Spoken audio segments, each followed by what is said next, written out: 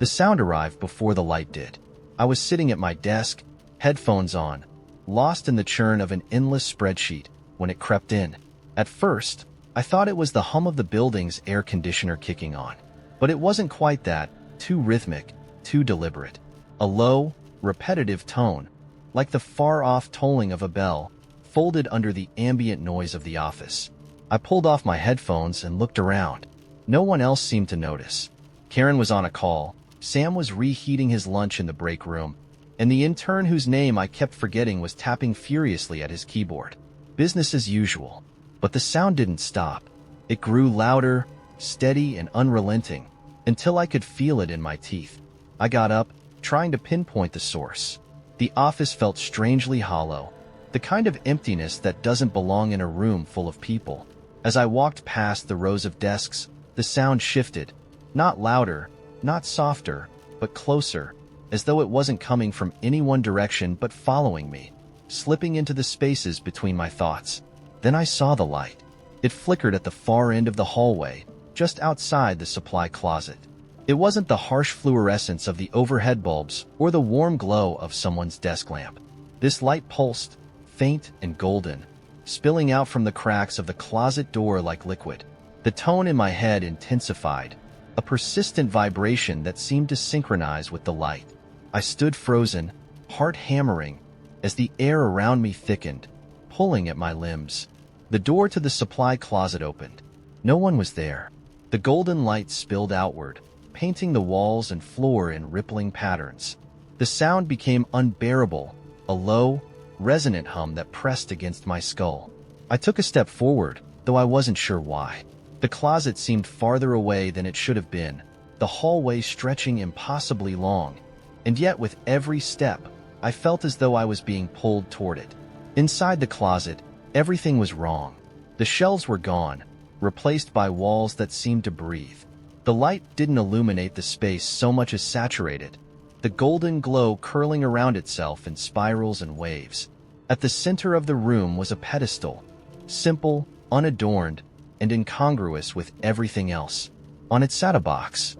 It wasn't much larger than a shoebox, but its surface shimmered like water, shifting with every movement I made. The humming tone was loudest here, pulsing in time with the undulating patterns on the box. I should have left, should have slammed the door shut and gone back to my desk, pretending none of this had happened. But my hands moved on their own, reaching for the box before I could think better of it. The moment my fingers brushed its surface, the sound stopped. The silence was deafening. I lifted the lid. Inside was a single object, a glass sphere, perfectly smooth, glowing faintly from within. As I picked it up, the glow grew stronger, casting fractured light across the walls of the closet. Then I heard a voice. It wasn't external. It wasn't a sound at all. It was in my head. Not words but impressions, an overwhelming sensation that filled my mind with a singular message. You've been chosen. The light flared, blinding me, and when I opened my eyes, the closet was gone. I was standing in a forest. The air was thick with the scent of earth and moss, the trees towering overhead like ancient sentinels. The light from the sphere was dim now, pulsing faintly in my hand. I turned, disoriented, and saw a path stretching into the distance. It wasn't marked, but I knew it was the way forward. The voice in my head returned, softer now, like a whisper carried on the wind. Follow. The path led to a clearing, and in the center of the clearing was a figure. They stood perfectly still, their back to me, dressed in clothes that didn't belong to any time or place I could recognize. The sphere in my hand grew warmer as I approached, the light sinking with the slow rise and fall of their breath. When they turned to face me, I stopped. Their face was mine, not an imitation, not a doppelganger. Me, down to the smallest detail, but their expression was unreadable, calm yet heavy with something I couldn't name. "You're late," they said, their voice carrying the same resonance as the hum that had followed me earlier. "Who are you?" I managed, though my voice cracked. "You already know." The figure stepped closer, and I saw the glass sphere in their hand, identical to mine, its light pulsing in perfect time with my own. "This isn't the first time," they said, their tone even measured. "And it won't be the last." What are you talking about? The forest seemed to darken around us, the trees bending inward like they were listening. You came here because you chose to, they said. You'll leave the same way. But this time, don't drop the sphere. Before I could ask what they meant, the light flared again, and I was back in the office. The hallway was empty. The closet door was closed. In my hand, the sphere was gone. But the hum remained, faint and persistent, somewhere at the edge of my perception. I've tried to forget, to push it out of my mind, and return to the rhythm of normal life. But the light returns in glimpses. In the glare of my monitor, the reflection of a window, the moments between blinking. And every time I see it, I know the path is waiting. I just don't know if I'll take it again. There were 3 toothbrushes in the bathroom. This fact didn't register as odd at first. One was his, electric with a sleek black handle. One was mine, plain white with soft bristles, and now a third. Pink, angled, with stiff bristles, and sitting innocently in the cup we shared. The next morning, I brought it up over breakfast. Did you get a new toothbrush? He glanced up from his coffee, his face unreadable. No. Why? There's a pink one in the bathroom. Oh. He scratched the back of his neck. I grabbed it by accident last time I bought stuff. Probably came in a pack. It wasn't an unreasonable explanation, but something about his tone felt too casual, as if it had been selected from a menu of pre-prepared responses. I didn't press him. At least, not then. 2 days later, I found a single earring under the bed. It was tiny, silver, and studded with a pale blue stone. It wasn't mine. I didn't wear jewelry. Is this yours? I asked, holding it out to him after dinner. He looked up, his brow furrowed. No, maybe it's from the people who lived here before. We've lived here for 2 years, I said. He shrugged, his mouth twisting into a half smile. Then maybe it's been stuck there that long. Weird, huh?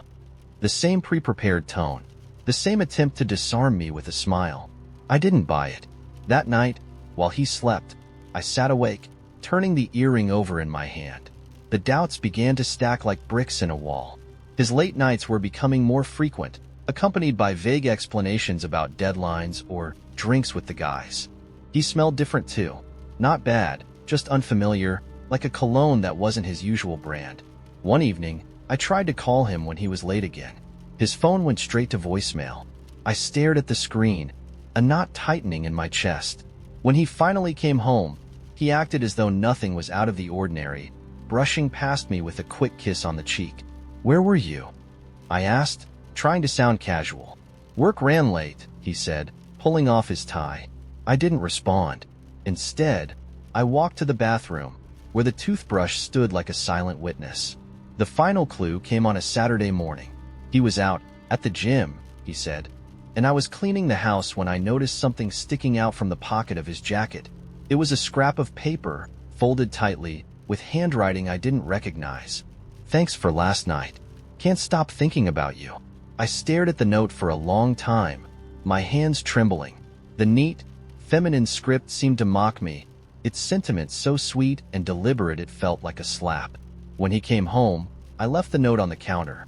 He saw it immediately, his expression flickering through a range of emotions: surprise, guilt, defiance. Where did you find that? He asked, his voice low. In your jacket, I said, my voice steady despite the storm inside me. He didn't try to deny it. He sighed, running a hand through his hair, and leaned against the counter. I can explain. I don't want an explanation, I said. I want the truth. He hesitated, then nodded. It's not serious. It's just something that happened. I stared at him, waiting for the words to sink in, but they didn't. Instead, a strange calm settled over me. I picked up the note, folded it neatly, and placed it in the trash. We're done, I said. His eyes widened. Wait, what? It's not. Pack your things, I interrupted. I'm done with this. I'm done with you. He didn't argue. He left that evening, his suitcase in hand and his promises of fixing this trailing behind him like smoke. The house felt quiet after he was gone, but not empty. The toothbrush and the earring were still there, small reminders of the cracks that had always been there beneath the surface. A week later, I threw them both away. Months passed, and life began to fill the spaces he left behind. The silence became peaceful instead of oppressive, the rooms brighter without the weight of his lies. One day, while cleaning out the attic, I found an old photo of us from when we first moved in. We were smiling, arms wrapped around each other, the future bright and full of possibility. I stared at the photo for a moment, then placed it in the box marked Donate. Some things don't belong in the present, and that's okay.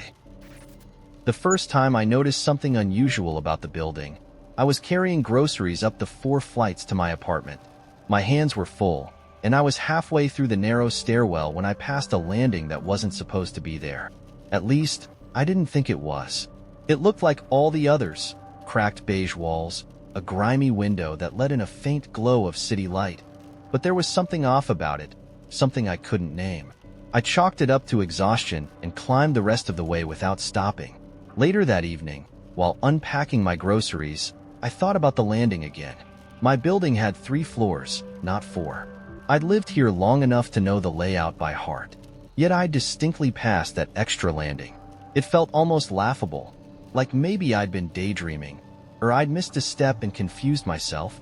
I didn't want to dwell on it, so I didn't. But the thought lingered, a small splinter in the back of my mind. That night, I woke around 3 a.m. to the sound of footsteps in the stairwell. They were faint, deliberate, like someone pacing up and down, their shoes scuffing lightly against the old wood.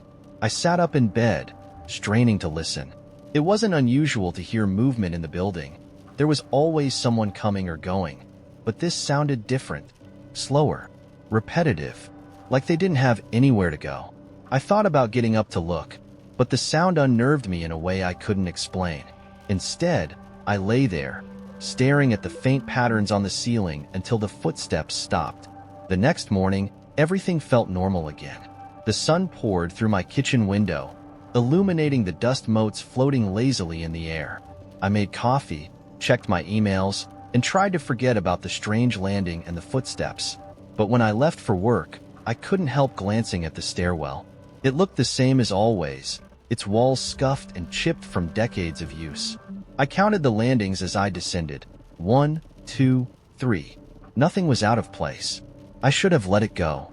I should have laughed at myself and moved on. But that evening, as I climbed back up with a bag of takeout in one hand, I felt it again. The pull of that extra landing. This time, I stopped. The window on the landing was smaller than the others in the building, its glass clouded with grime. Beyond it, the light from the street seemed dimmer, as though the world outside was further away. I turned slowly, my gaze falling on the door. I hadn't noticed it before. An old wooden door, painted the same beige as the walls, its edges worn smooth. There was no number on it, no sign that it belonged to anyone. I reached out, hesitating just before my hand touched the doorknob. It was ice cold. Something about that gave me pause. My heart raced, the pulse loud in my ears, and I pulled my hand back. The takeout bag rustled in my other hand, a grounding reminder of normalcy, and I turned away, climbing the rest of the stairs to my apartment. I tried to push the door out of my mind, but it seemed to creep into every quiet moment. Over the next few days, I became acutely aware of the stairwell, of the way its air felt heavier, how its light seemed to dim unnaturally after sunset. I avoided the extra landing entirely, taking the elevator whenever I could, even though it was unreliable at best. Still, the door lingered at the edge of my thoughts, like a question I couldn't quite answer. The footsteps returned, louder now.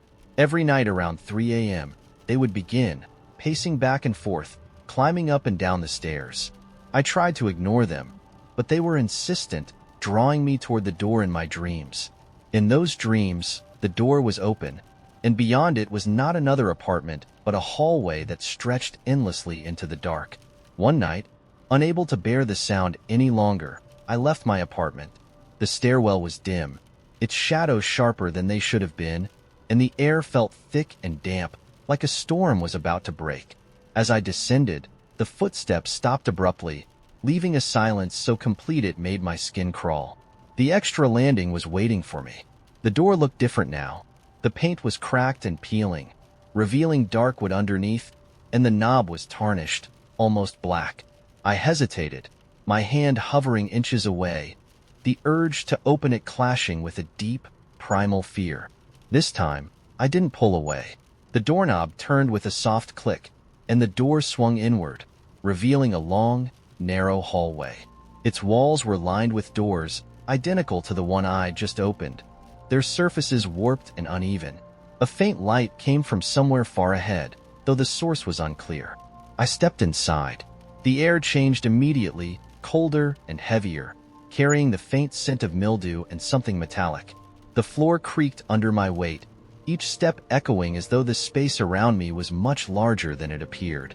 The hallway seemed to stretch on forever, the doors on either side closed and silent. I wasn't sure how long I walked. Time felt strange there, fluid and slippery, and the light ahead never seemed to grow closer. At some point, I stopped, my breath visible in the cold air. One of the doors was ajar, its edges splintered as if something had forced it open. I peered inside. The room beyond was small and empty, its walls bare except for faint marks that looked like scratches. The air was colder there, and the smell of metal was stronger.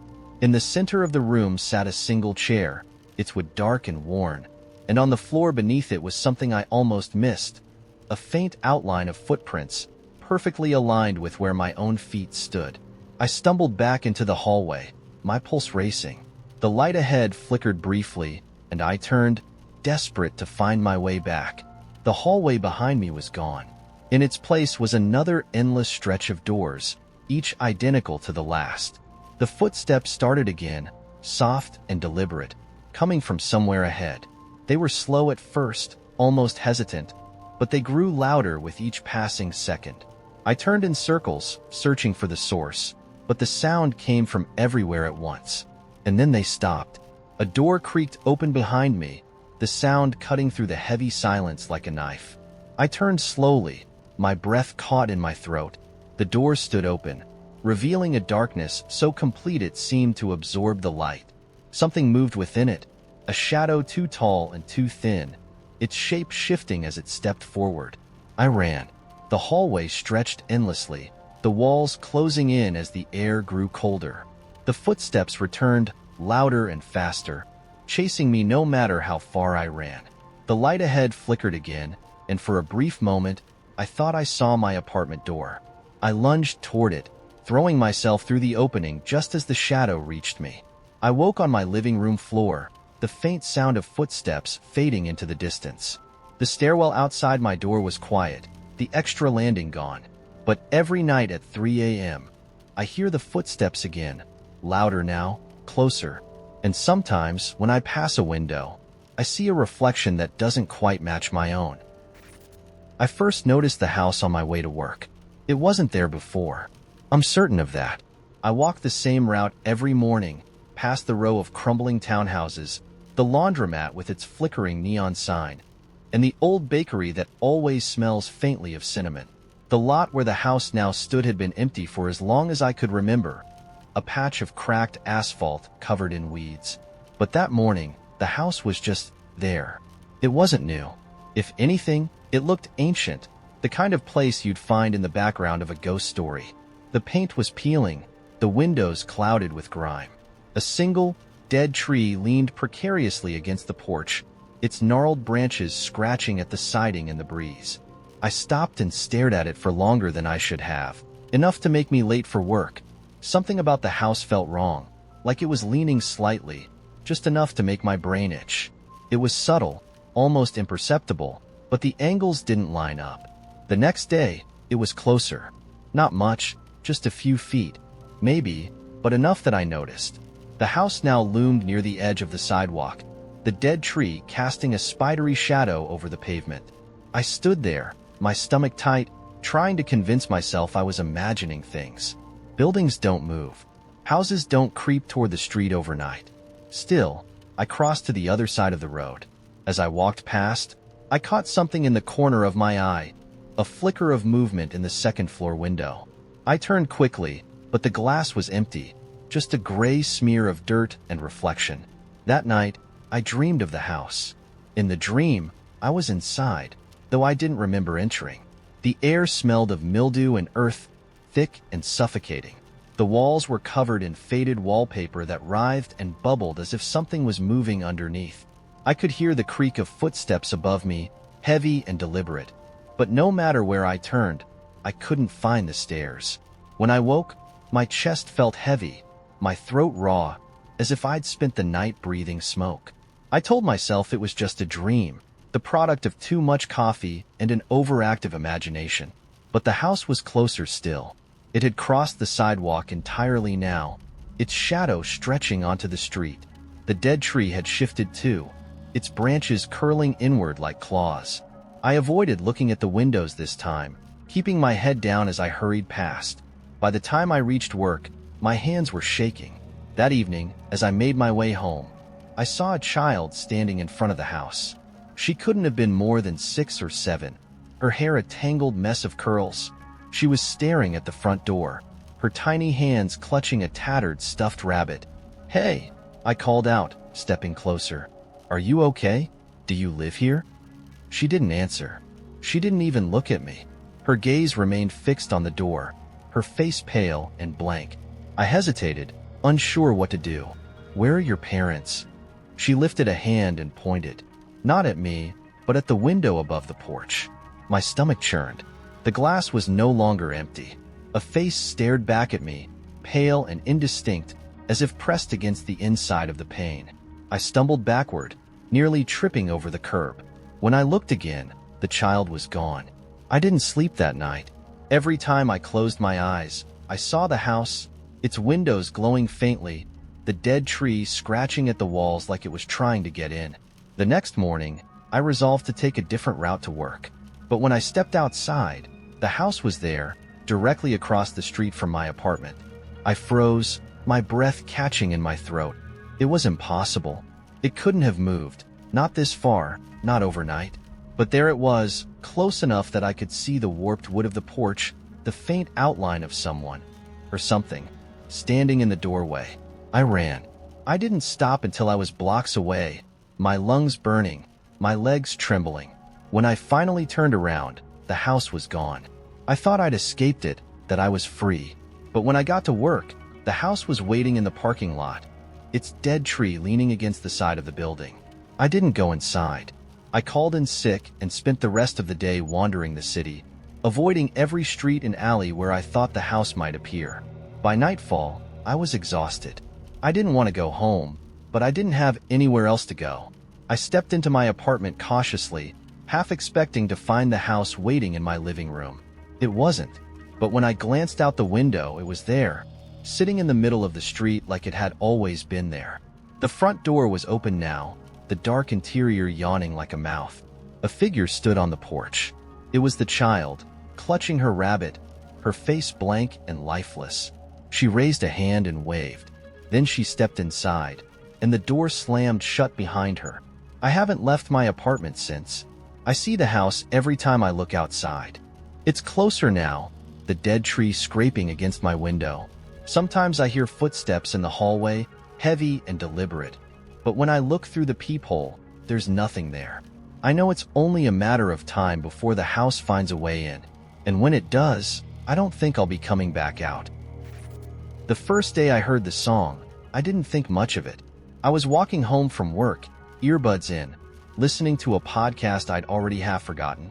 It was one of those transitional spring evenings, the air warm enough to leave your jacket unzipped but still carrying a bite when the breeze hit just right. Somewhere between the crosswalk and the little corner grocery store I pass daily, I heard the tune. It wasn't from my earbuds. It drifted in from somewhere outside, faint but persistent, a simple melody, almost childlike in its repetition, for notes rising and falling in a way that was somehow familiar. I paused at the intersection, scanning the street for the source. A busker, maybe, or a car idling nearby with the windows down. But the street was quiet. Just the hum of passing cars, the occasional bark of a dog. When the light changed, I crossed the street and walked home, the melody already slipping from my mind like the last trace of a dream. But the next day, I heard it again. This time, it was in the office. I was typing an email when the tune threaded its way into the background noise of the room. The clicking keyboards, the murmur of conversations, the occasional ring of a phone. For notes, clear and deliberate, rising and falling. I glanced up, expecting to see someone humming under their breath or a phone left on speaker. But my coworkers seemed as engrossed as ever, their heads bent over their screens, their voices a steady hum of professional detachment. I stood up, listening harder, trying to pinpoint the source. It wasn't coming from any one direction. It seemed to seep in from everywhere and nowhere all at once. "Did you hear that?" I asked the woman at the desk beside mine. She glanced up, confused. "Hear what?" "The music." Her brow furrowed. "What music?" The tune stopped. I sat down again, feeling foolish, and tried to shake off the strange sense of unease creeping over me. That night, as I lay in bed, the melody came back. It started softly, just a thread of sound weaving through the silence of the apartment. For notes, rising and falling, over and over. It wasn't coming from the street or the neighbors or the pipes. It was coming from inside my head. I pressed my palms against my ears, but it didn't stop. I turned on the TV, played music on my phone, anything to drown it out, but the tune persisted, threading through the noise like a needle through fabric. I barely slept. The next morning, I dragged myself out of bed, bleary-eyed and jittery, the melody still playing faintly in the back of my mind.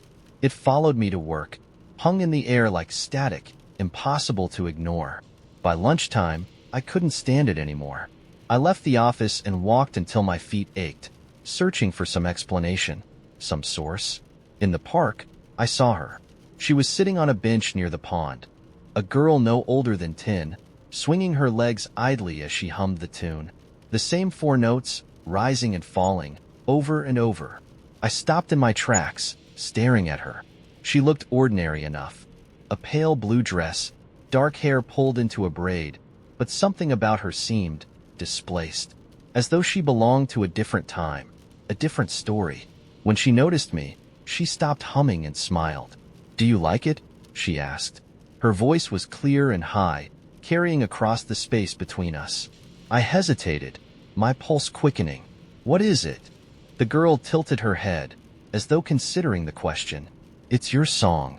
The world around me seemed to tilt, just slightly, as if I'd missed a step on a staircase. "What do you mean?" I asked, my voice too loud, too sharp. She didn't answer. Instead, she slid off the bench, her shoes barely making a sound as they touched the ground, and walked away, disappearing into the trees. I tried to follow her, but when I reached the bench, there was no sign of her. No footprints in the dirt, no lingering hum in the air. That night, the song grew louder. It wasn't just a melody anymore. It had rhythm now, layers of sound weaving together in a pattern that was both intricate and oppressive. I couldn't block it out, couldn't think around it. I called a doctor, convinced something was wrong with me. Tinnitus, maybe, or a neurological issue. They ran tests, checked my ears, scanned my brain. "Everything looks fine," the doctor said, smiling in a way that didn't quite reach her eyes. "Sometimes the brain does funny things with sound." She prescribed me sleeping pills and sent me on my way. The pills didn't help. By the end of the week, the melody was a constant presence, a soundtrack to my every waking moment. It no longer faded into the background or softened when I tried to focus. It was sharp, insistent, as though demanding my attention. And it wasn't just in my head anymore. Objects in my apartment began to vibrate in time with the rhythm. A glass on the counter, the picture frames on the wall, even the floor beneath my feet. The air itself seemed to pulse, thick and charged, like the moments before a storm. The girl appeared again, this time in my hallway. She was standing by the door, her braids slightly undone, her pale blue dress smudged with something dark. "Why are you doing this?" I demanded, my voice trembling. She smiled that same placid smile, as though I'd asked her something funny. "It's not me," she said. "Then what is it?" Her smile widened, and for the first time, I noticed her eyes. They weren't quite right, too dark, too deep, like twin wells that went on forever. "You already know," she said, and then she began to hum. I ran. I don't know where I thought I was going, just away. But no matter how far I went, the song followed, echoing in my ears, threading through my thoughts until I couldn't tell where it ended and I began. Now, the melody is everywhere. It's in the rhythm of my heartbeat, the shuffle of footsteps on the street, the whisper of the wind through the trees. And when I close my eyes, I see the door. It's waiting for me. I found the note tucked inside my jacket pocket on a Monday morning. It wasn't there when I'd left work the night before. I was sure of it. I only noticed it while reaching for my keys, the faint crinkle of paper catching my attention. It was a small, folded square of cream-colored stationery, the edges slightly frayed. I hesitated before opening it, the quiet of the empty parking lot suddenly feeling oppressive. Inside, in handwriting that seemed to shift slightly if I looked too long, were two words: "Come upstairs." I lived on the ground floor of my apartment building. A chill licked the back of my neck, but I brushed it off. It was probably a prank, some kid messing with random residents, hoping for a laugh. I crumpled the note and shoved it into the trash before heading inside. The evening passed uneventfully. I made dinner, watched a show, and eventually fell into bed with the comfortable predictability of a routine. But at 3:04 a.m., I woke up to the sound of footsteps. They weren't coming from the hallway or the floor above. They were in my apartment. The soft creak of wood and the faint pad of feet sent a spike of cold adrenaline through my chest. I lay frozen in the dark, every muscle locked, straining to hear more. The steps didn't wander. They moved with purpose, pausing at intervals like whoever, or whatever, was trying to listen for something. They stopped just outside my bedroom door. The silence that followed was suffocating. I could feel my pulse pounding in my ears, my breath caught in my throat. The door didn't open. No shadow moved beneath the frame. But the air in the room felt heavy, pressed down by an unseen weight. I don't know how long I stayed like that, but eventually, the silence gave way to exhaustion, and I drifted into a restless sleep. When I woke, sunlight streamed through the blinds, chasing away the oppressive darkness of the night before. I almost convinced myself it had been a dream, until I found the second note. It was on the kitchen counter, folded neatly next to my coffee mug. I hadn't put it there. This time, the handwriting was bolder, the ink darker, almost wet. "Why didn't you come upstairs?" I stared at the words for what felt like an eternity, the edges of my vision narrowing as panic clawed at my chest. Someone had been inside while I slept. Someone had walked through my home, left a note, and vanished without a trace. The locks on my door were intact. The windows were sealed shut. Nothing was out of place, except for the note. I called the building manager that afternoon, trying to sound calm as I asked if anyone else had reported strange activity. He listened politely but assured me there were no signs of break-ins or complaints from other tenants. "You know how these old buildings are," he said. "They creak and groan, and it sounds like someone's there when they're not." I wanted to believe him. I wanted to blame it on stress, sleep deprivation, anything but the growing certainty that something was very, very wrong. The following night, I left all the lights on. I double-checked the locks, wedged a chair under the doorknob, and sat in bed with a kitchen knife in my lap, waiting for the footsteps to return. They didn't. Instead, at exactly 3:04 a.m., I heard a voice. It wasn't loud, more like a whisper threading through the air, but it was unmistakable. A low, rhythmic chant, just at the edge of understanding. The words slipped past my ears like smoke, impossible to grasp, but the tone was insistent. It came from the ceiling. I didn't move. My breath hitched, and I clutched the knife tighter, every fiber of my being screaming at me to stay where I was. The chanting stopped suddenly, leaving the apartment deathly quiet. When I finally dared to look, I saw something new on the ceiling above my bed. A symbol had been drawn in thin, precise lines, its edges glowing faintly in the dark. It wasn't paint or ink. It looked scorched into the plaster, the faint scent of burnt wood still lingering in the air. I didn't sleep for the rest of the night. By morning, the symbol was gone, the ceiling smooth and unmarked as if nothing had ever been there. But the notes kept coming. One appeared in my bathroom mirror, written in what looked like condensation but didn't fade no matter how long I left the fan running. "Upstairs is waiting." Another was slipped under my pillow while I was in the shower. It won't wait forever. I didn't know what it wanted or why it had chosen me, but the pressure was building, the sense of something vast and incomprehensible looming just out of sight. Finally, after a week of sleepless nights and restless pacing, I broke. It was 3:03 a.m. when I climbed the stairs. The upper floor of the building had been closed off for years, its apartments condemned after a fire. The charred doors were still there, blackened and warped, the air thick with the faint smell of ash. The door at the end of the hallway was ajar, its edges glowing faintly, just like the symbol on my ceiling. Inside was darkness, absolute and impenetrable. I stepped through. The air changed immediately, heavy and electric, vibrating against my skin.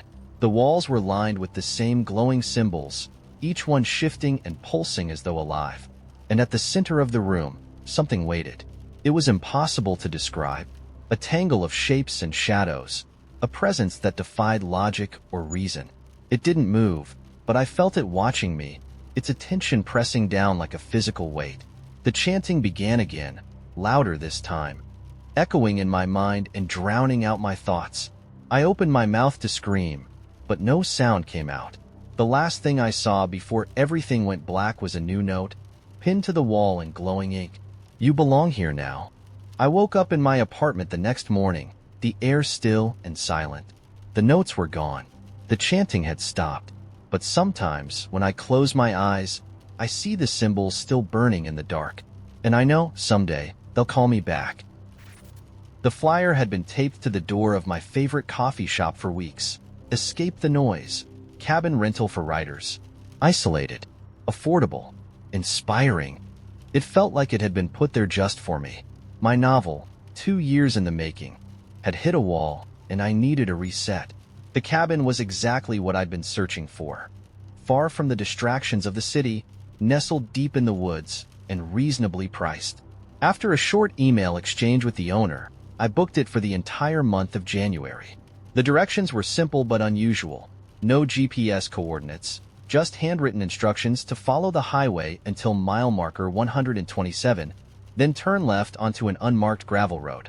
I drove through flurries of snow and fading daylight, passing nothing but endless trees and the occasional mailbox. By the time I arrived, the world was a blur of gray sky and white ground. The cabin was modest but charming.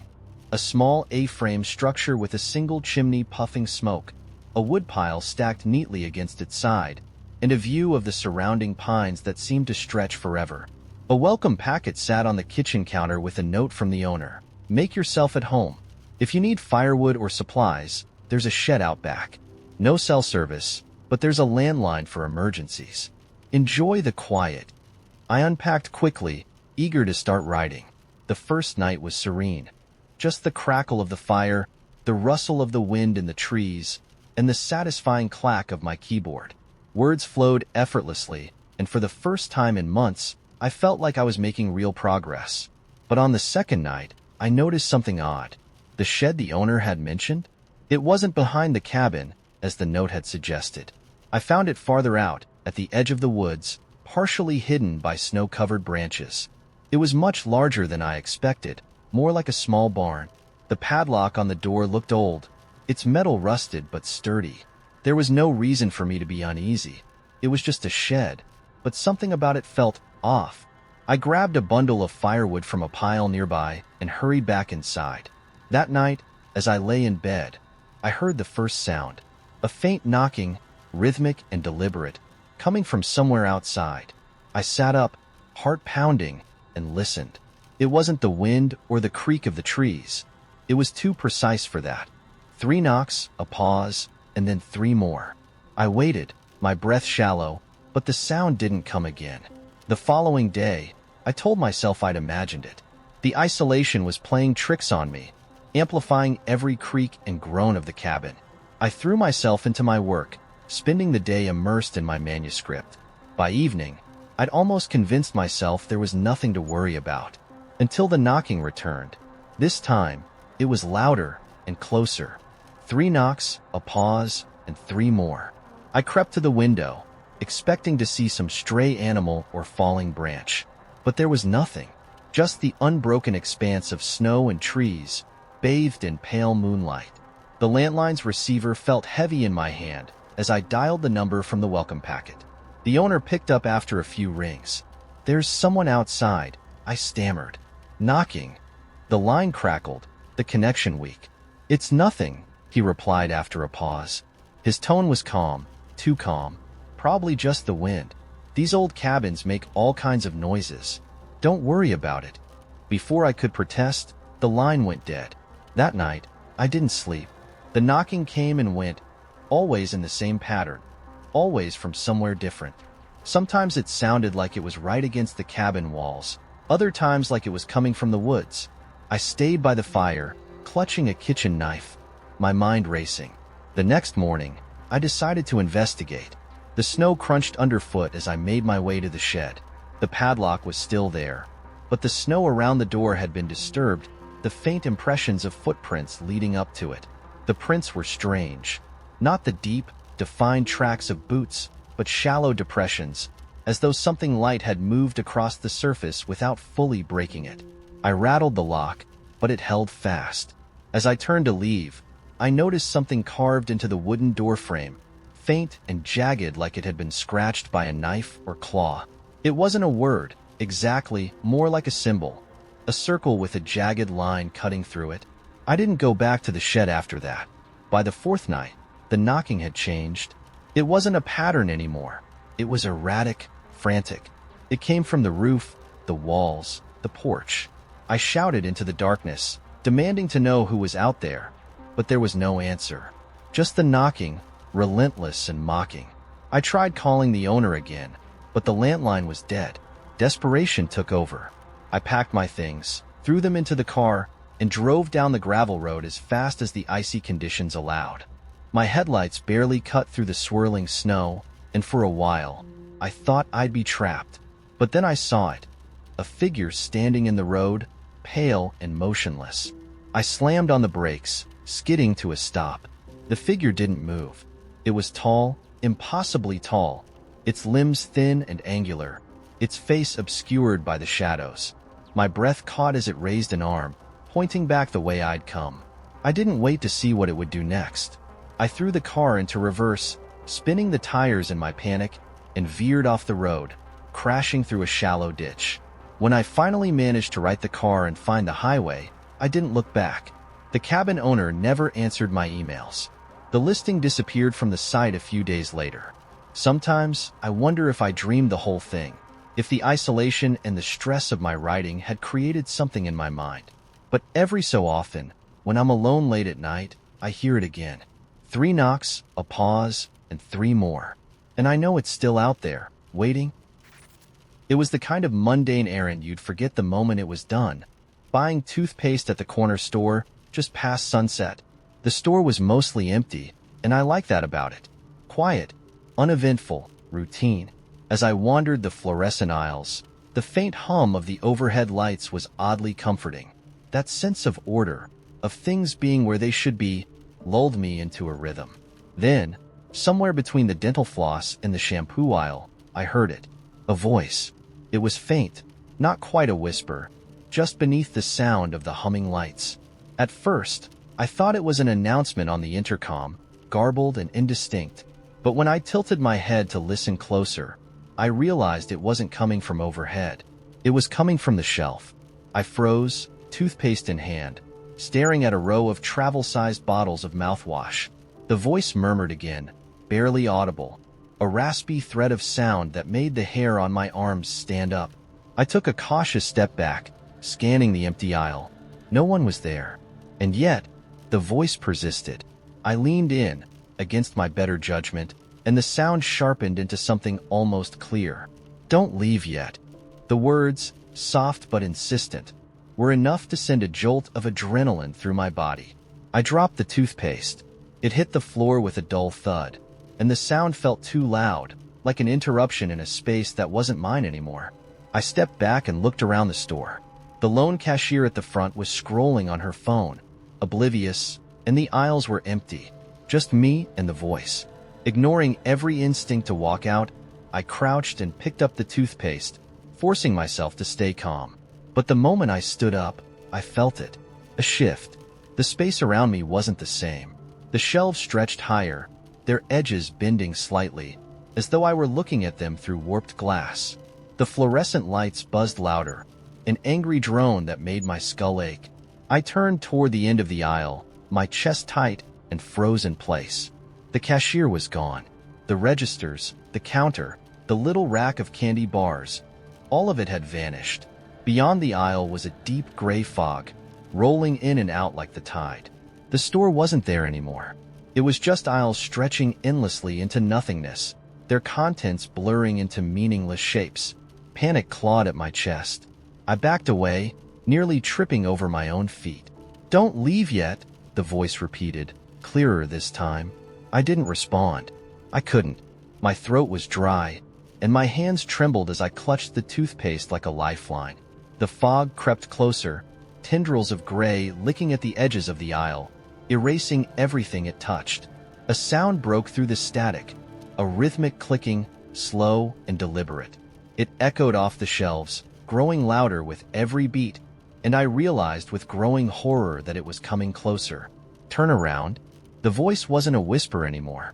It was commanding, vibrating through the air like it had weight. Against my better judgment, I turned. A figure stood at the far end of the aisle. At least, I think it was a figure. Its outline was jagged, like a badly drawn shadow, flickering as though it were struggling to hold its shape. It didn't walk. It slid forward, its movements unnatural, the clicking sound growing louder with every inch it closed. "Don't run." The voice was inside my head now, louder than the buzzing lights or the clicking steps. My instinct screamed at me to move, to bolt, but my legs wouldn't obey. The figure stopped a few feet away, its edges pulsing faintly like a faulty light bulb. "What do you want?" I croaked, my voice barely audible. It didn't answer. Instead, it raised a hand, or something resembling one, and pointed at the toothpaste still clutched in my shaking hands. I stared at the tube, uncomprehending. "This? What does this have to do with?" Before I could finish, the figure moved. It didn't lunge or strike. It simply dissolved, collapsing into a cascade of inky black lines that shot toward me like wires. They wrapped around my arms, my chest, my throat, squeezing until my vision blurred. The air turned electric, heavy, as though the entire world had pressed itself against my skin. And then it stopped. I was back in the aisle, gasping for air. The store was normal again, the shelves no longer bending or stretching into infinity. The cashier stood at the counter, chewing gum and scrolling on her phone, the fluorescent lights humming their familiar, monotonous tune. It was as though nothing had happened. I staggered forward, clutching the toothpaste, and dropped it onto the conveyor belt at the register. The cashier barely looked at me as she scanned it, muttering the total under her breath.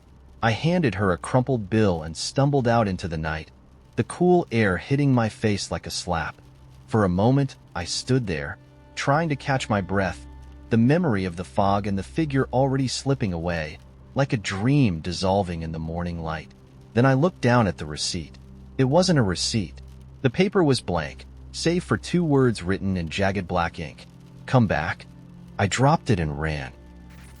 When I inherited my uncle's cabin, I was surprised to find it still standing. It wasn't just old. It was ancient, built by hand decades ago.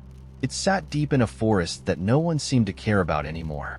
The roof sagged, the windows were cloudy with grime, and the front door leaned on its hinges like it had given up trying to keep the world out. I hadn't seen my uncle in years. He was the kind of relative everyone spoke about in hushed tones. "A little off," they'd say. "Doesn't like people." He'd left the cabin to me in his will, along with a cryptic note, "Do not go below. Trust me." I figured it was a joke or the ramblings of a man who'd lived too long in isolation. The cabin, however, was real, and I couldn't afford to turn down a free property, no matter how far off the beaten path it was. The first few days there were uneventful. The forest was quiet in a way that felt unnatural. No birds, no rustling leaves, just an eerie stillness. The cabin itself was dusty but livable. The kitchen had an old wood-burning stove, and the single bedroom was small but cozy. I told myself I could fix it up, maybe sell it down the line. It wasn't until the third night that I noticed the trapdoor. It was hidden under a tattered rug in the corner of the living room. The wood around it was scratched and splintered, as if someone, or something, had clawed at it over the years. A heavy padlock secured the latch, but the lock was rusted and worn, its metal practically crumbling at the edges. I stared at it for a long time, the memory of my uncle's note prickling at the back of my mind. The words felt heavier now. Do not go below. I tried to ignore it. I really did. But the trapdoor was always there, in the corner of my eye, pulling at my attention. During the day, I convinced myself it didn't matter, but at night, I couldn't sleep. I'd lie in bed, staring at the ceiling, listening to the silence of the forest, until I started hearing the knocking. It was faint at first, like someone tapping their fingernails against the underside of the trapdoor. I told myself it was nothing. The wind, a branch falling, an animal. But the knocking grew louder, more insistent, and then it wasn't just knocking anymore. It was scraping, the sound of something dragging claws, or nails, across the wood. I avoided the living room after that. I stayed in the bedroom, keeping the door closed and the lamp on, telling myself it would stop. But it didn't. On the fifth night, I couldn't take it anymore. I grabbed a flashlight and a hammer and went to the living room. The trapdoor seemed almost alive in the dim light, the scratches around it more pronounced. My hands shook as I smashed the padlock. It didn't take much, just a few hits and it broke apart, the rust giving way easily. I lifted the latch. The air that seeped out was wrong, thick and damp. It carried a smell like mold and decay, and something faintly sweet, like rotting fruit. The flashlight barely penetrated the darkness below. The stairs leading down were rough, uneven, carved directly into the earth. I told myself I would just look, just a quick glance to satisfy my curiosity. The stairs creaked under my weight as I descended, the walls narrowing the deeper I went. My breathing sounded too loud, the air down there muffling everything else. The smell grew stronger, clinging to my skin and clothes. At the bottom of the stairs, I found the tunnel. It wasn't part of the original cabin, that much was clear. The walls were lined with stones, slick with moisture, and the floor was packed dirt. The tunnel stretched on, disappearing into the darkness. Something glinted on the ground ahead.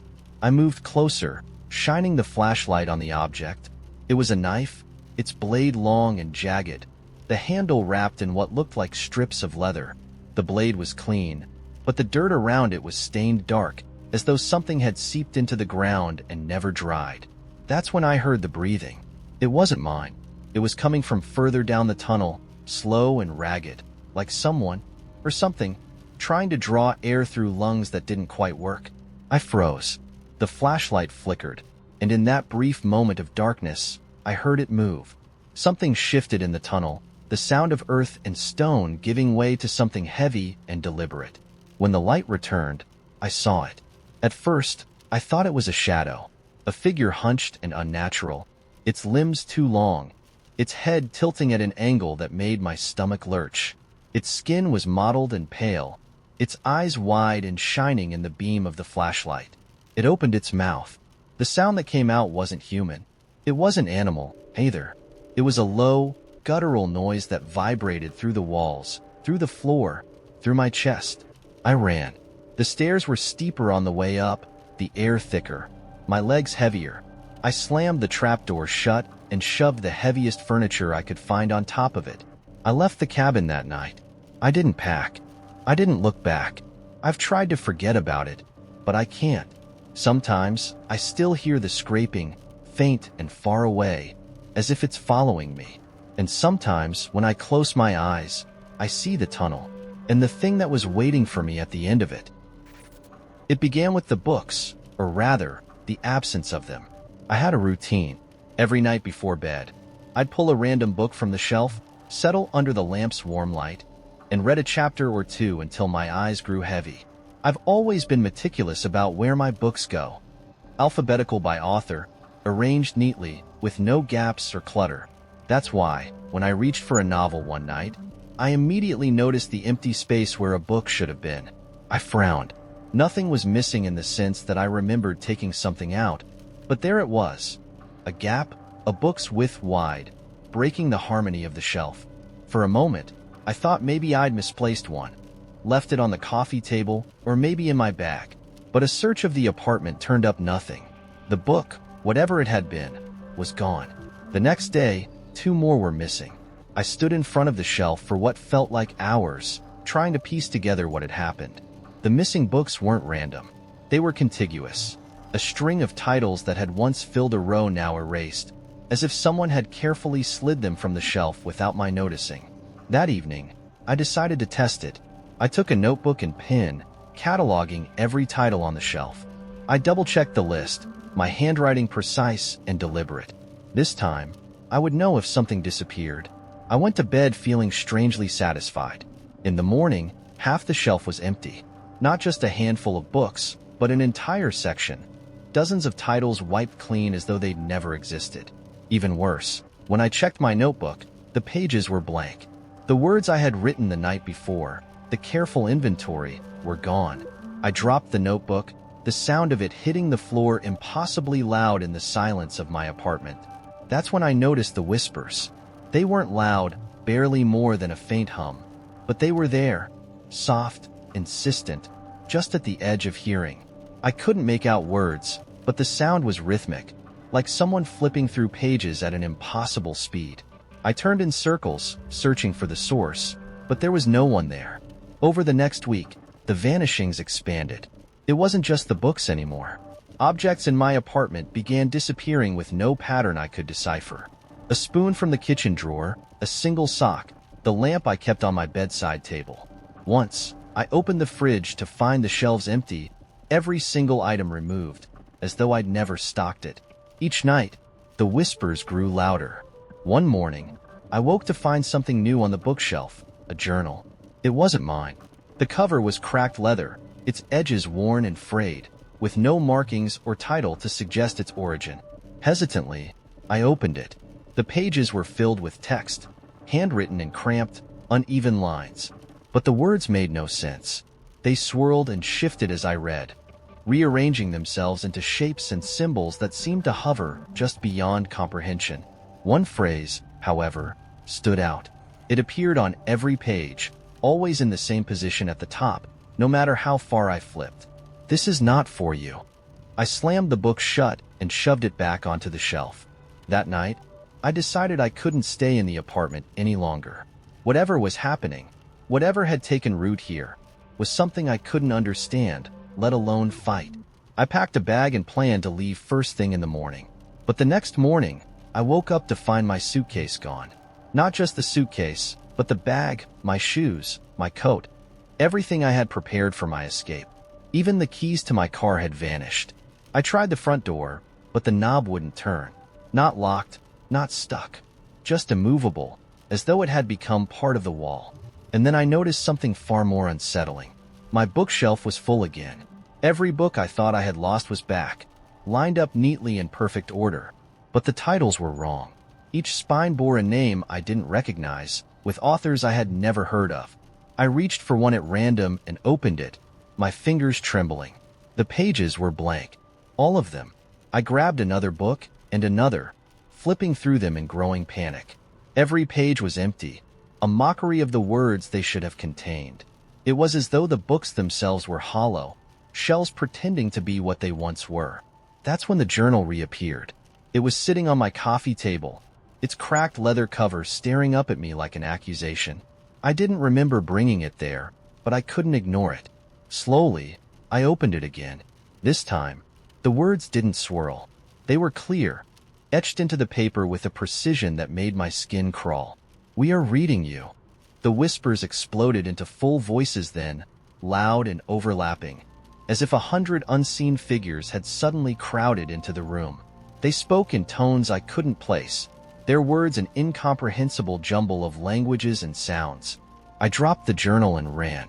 Or at least, I tried. No matter where I turned, I ended up back in the same room.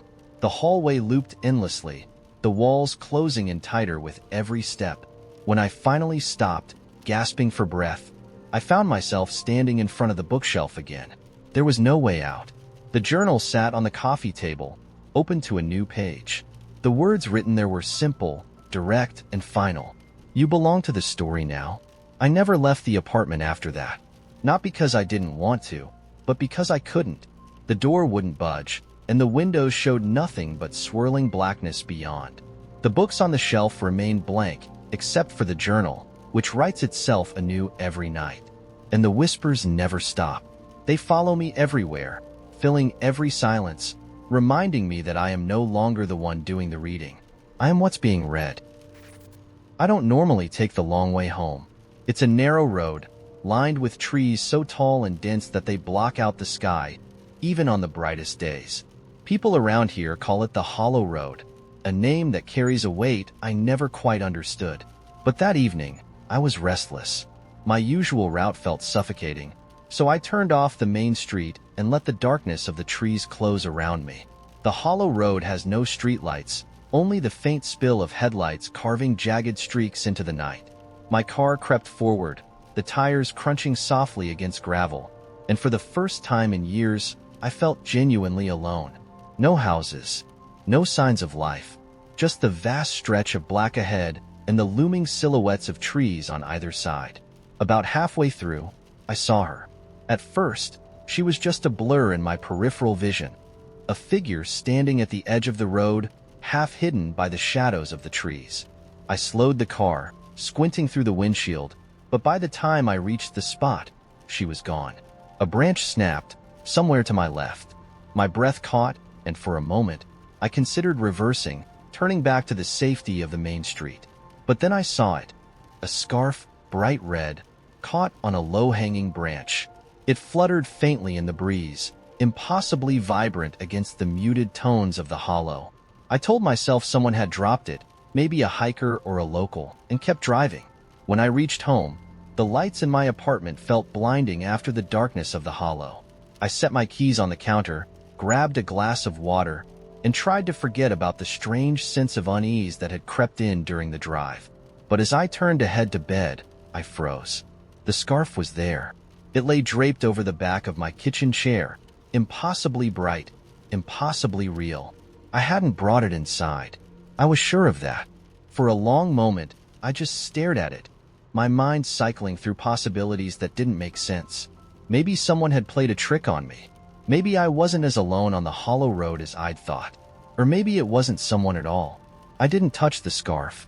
I didn't want to know if it felt warm, or damp, or something worse. I left it on the chair, locked every door and window in the apartment, and went to bed with the lights on. The dreams came that night. In them, I was back on the Hollow Road, but the trees were closer, their branches reaching out like hands. The headlights of my car didn't pierce the darkness. They just made it thicker, heavier, until it felt like I was suffocating. Somewhere in the distance, I could hear footsteps. Slow, deliberate. I woke up gasping, my chest tight, and for a moment, I thought I could still hear them. The scarf was gone. I searched the apartment, opening every drawer, every cabinet, but it had vanished as mysteriously as it had appeared. My relief was short-lived. Later that day, as I was leaving for work, I found it tied to the door handle of my car. This time, I couldn't ignore it. I grabbed the scarf, stuffing it into the trunk, and drove to the nearest dumpster. I threw it in, slammed the lid shut, and didn't look back. But the scarf wasn't done with me. Over the next week, I started noticing little things. Scratches on my car that hadn't been there before. Faint muddy footprints near my front door, too small to belong to an adult. And then there were the whispers. They came at night, faint and unintelligible, like the rustling of leaves in the wind. At first, I thought it was my imagination, a lingering paranoia from that night on the Hollow Road. But the whispers grew louder, closer, until they seemed to be coming from inside the apartment. One evening, as I sat in the living room, trying to drown out the whispers with the hum of the TV, the power went out. The room was plunged into darkness, and I froze, the remote slipping from my hand. The air felt heavy, like the atmosphere before a storm, and the whispers rose into a faint, eerie melody. Then I saw her. She stood in the corner of the room, her figure barely visible in the dim light of the moon spilling through the blinds. The red scarf was draped over her shoulders, the ends brushing the floor like twin trails of blood. Her face was obscured, hidden beneath the dark curtain of her hair, but I could feel her gaze, sharp and unrelenting. My voice caught in my throat. I couldn't scream. I couldn't move. She took a step forward, the soft scrape of her bare feet against the floor breaking the silence. "You shouldn't have taken it," she whispered, her voice carrying the weight of centuries. I didn't mean to," I stammered, my heart pounding so hard it drowned out every other sound. The figure tilted her head, her hair parting just enough to reveal hollow eyes that seemed to glow faintly in the darkness. "It's not yours." And then she was gone. The lights flickered back on, and the room was empty. The scarf lay on the floor where she had stood, coiled like a serpent waiting to strike. I didn't sleep that night. I didn't stay in the apartment, either. I packed a bag and left, driving aimlessly through the city until dawn. But no matter where I went, the scarf found me, tied to the side mirror of my car, folded neatly on the hotel bed, draped across my shoulders as I woke up, trembling and soaked in sweat. It's been 3 months now. I haven't gone back to the hollow road, and I've stopped trying to get rid of the scarf. It doesn't matter where I leave it or how far I run. It always returns. The whispers are louder now, and sometimes, late at night, I see her in the corner of my eye, waiting, watching. The scarf lies on the chair beside me as I write this. I don't know what she wants, but I think she's waiting for me to return it. The letter arrived on a Monday, tucked between a grocery store flyer and a water bill. Its envelope was plain white, unmarked save for my name, handwritten in black ink. No return address, no stamp, just my name. I held it for a moment, the paper heavy in my hand, as if it carried more weight than it should. It was too clean, the kind of clean that felt deliberate, like someone had taken care not to smudge it. Something about that bothered me. When I tore it open, a single sheet of paper slid out, neatly folded into thirds. The note inside was brief. "You are cordially invited to an exclusive showing. 9 p.m., Wednesday, the Red Room." No further details. No RSVP instructions. Nothing to explain what, exactly, the Red Room was. At first, I thought it was a mistake, or maybe some elaborate prank. But as I flipped the paper over, searching for some clue, my phone buzzed on the counter. A notification popped up, a calendar event for Wednesday at 9 p.m., titled The Red Room. I hadn't created it. I stared at my phone, at the blank screen behind the notification. Every instinct screamed at me to delete it, to throw the letter away, to forget the whole thing. But curiosity wormed its way into me like a splinter. By Wednesday, it was impossible to resist. I arrived a little before 9 o'clock. The address, sent to me via an untraceable text Tuesday night, led to an old building downtown, its brick facade streaked with soot and age. A single red light glowed above an unmarked door. There was no sign, no bouncer, no indication of what lay inside. The door creaked open when I pushed it, revealing a narrow staircase that descended into shadows. The air smelled faintly of mildew and candle wax. Somewhere below, soft music played, a haunting piano melody that made the hairs on my arms stand on end. I hesitated at the top of the stairs, my heart racing, but something compelled me forward, the same itch of curiosity that had brought me here in the first place. The stairs ended in a long hallway, its walls painted a deep, glossy red. The music was louder now, its notes sharp and dissonant, clashing like they were played by someone who didn't care about melody. The only light came from sconces along the walls, their bulbs dim and flickering. At the end of the hallway was a door. It wasn't locked. The room inside was enormous, far larger than the building's exterior suggested. Its high ceiling disappeared into darkness, and the walls were the same deep red as the hallway. A dozen or so people stood scattered across the room, their faces partially obscured by masks, ornate, unsettling things with exaggerated features and empty eyes. Some of the masks were animalistic, others grotesque parodies of human faces. I felt out of place immediately, my casual clothes stark against their formal attire. No one acknowledged me, not even a glance. It was as if I didn't exist. In the center of the room stood a raised platform, draped in heavy black fabric. On it sat a chair, No, a throne. Made of twisted metal, its surface polished to a mirror-like sheen. The chair was empty. I wanted to leave. Every muscle in my body screamed at me to turn around, to get back to the staircase and out into the night. But just as I took a step backward, the lights dimmed, and a voice filled the room. "Welcome," it said. The voice was deep, smooth, and impossibly loud, as though it came from every corner of the room at once. "Tonight, we witness a reckoning." The crowd turned as one to face the platform. I tried to blend in, standing stiffly at the back, my breath caught in my throat. The music had stopped, replaced by a low hum that vibrated in my chest. A figure emerged from the shadows, their movements fluid, almost inhuman. They wore no mask, but their face was obscured by a veil of black lace.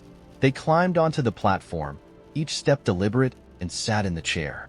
"I see you," the figure said, their voice soft but carrying an unnatural weight. "All of you." The air in the room grew heavy, oppressive. The masked figures began to chant in unison, their words a language I couldn't understand. My head throbbed with each syllable, the sound burrowing into my skull like nails. Then the figure pointed directly at me. "You," they said. The room fell silent. Every masked face turned toward me, their empty eyes boring into mine. My stomach dropped, and my legs threatened to give out. I stammered, though I didn't know what I was denying. "You shouldn't be here," the figure said, their voice low and dripping with finality. Before I could move, the floor beneath me shifted. The wood rippled like water, pulling me downward. I clawed at the air, at the walls, but there was nothing to hold on to. The room tilted, the red walls bleeding into one another, and I fell into darkness. When I woke, I was lying in my apartment.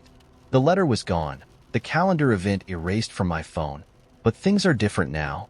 Sometimes, when I look in the mirror, I see someone else staring back, someone wearing a mask.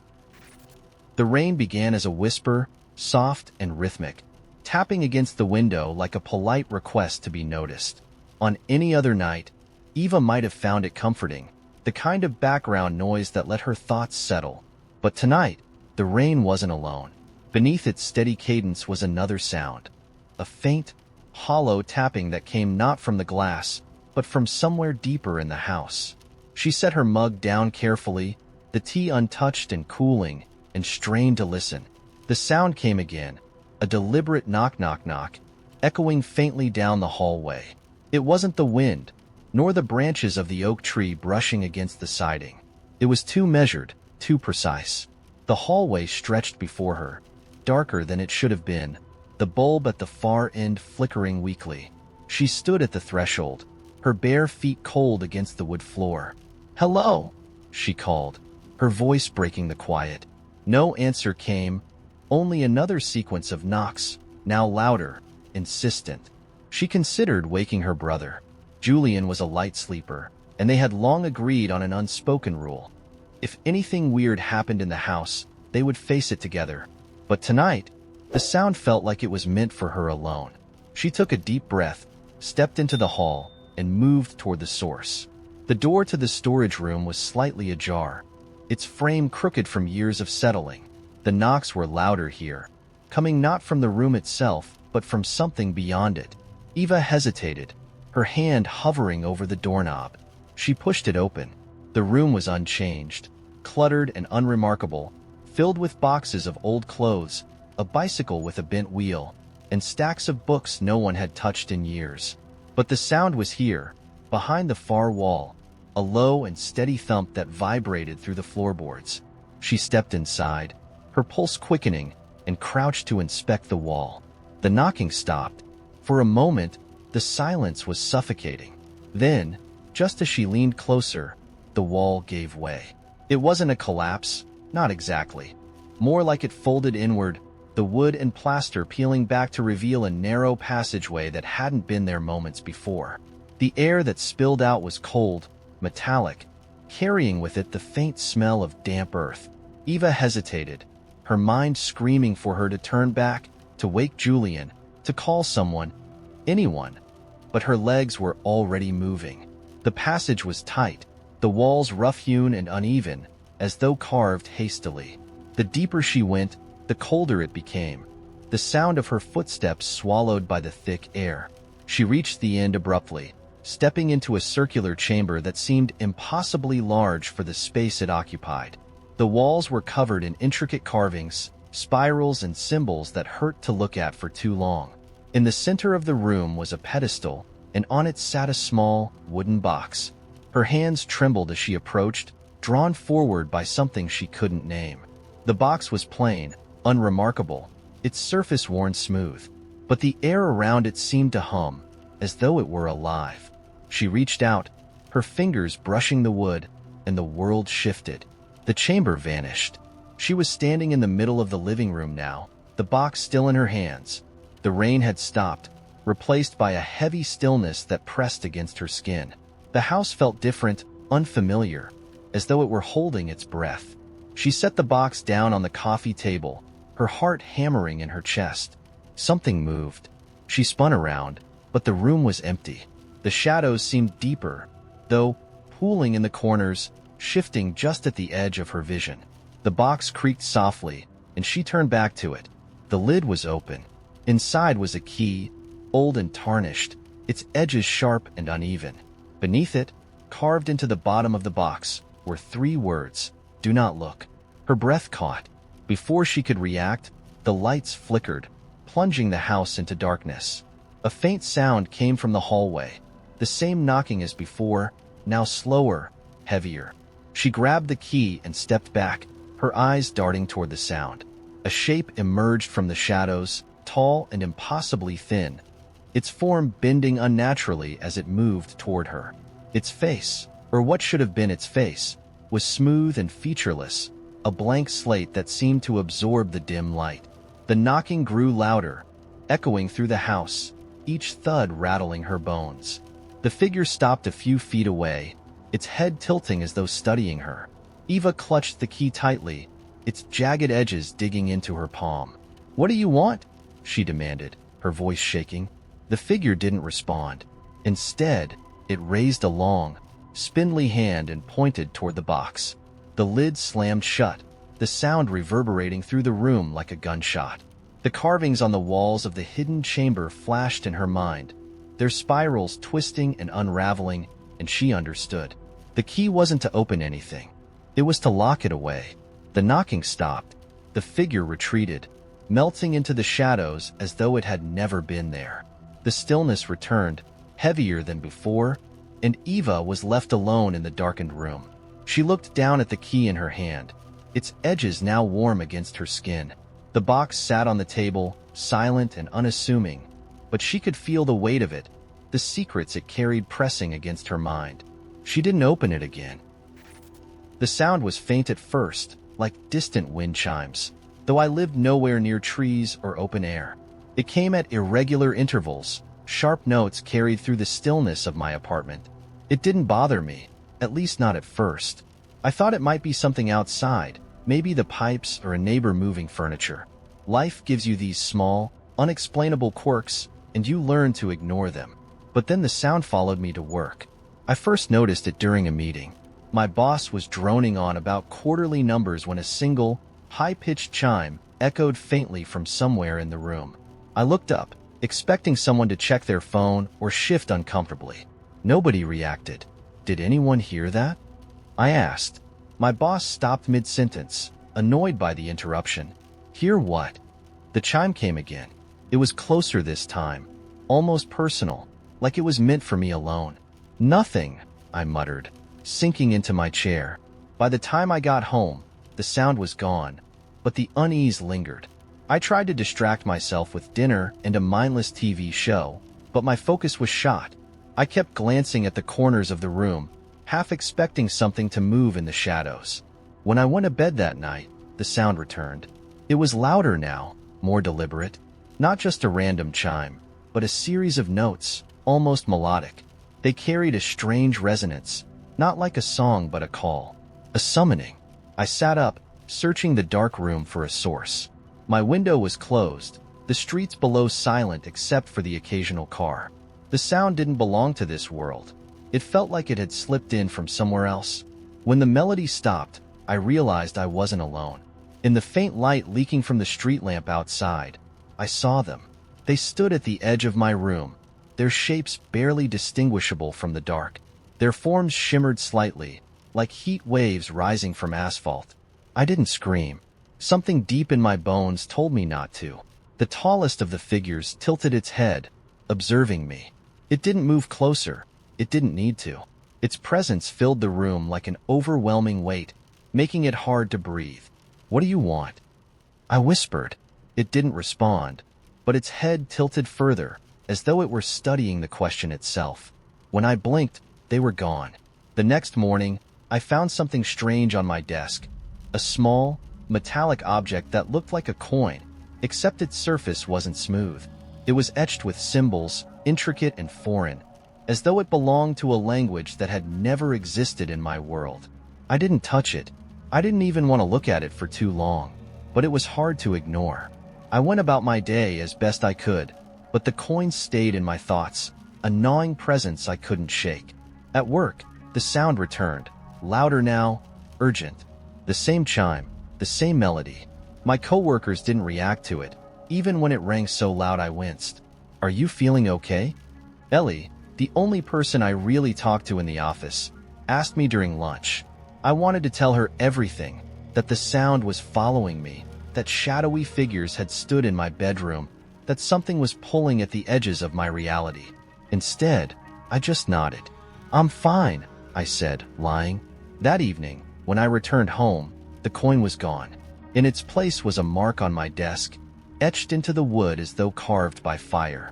It was the same symbol that had been on the coin, and when I traced my fingers over it, the chime sounded again, this time directly in my head. It wasn't just sound anymore. It was a voice. "You've been chosen." The words weren't English. They weren't even words, not really. But I understood them as clearly as if they'd been spoken aloud.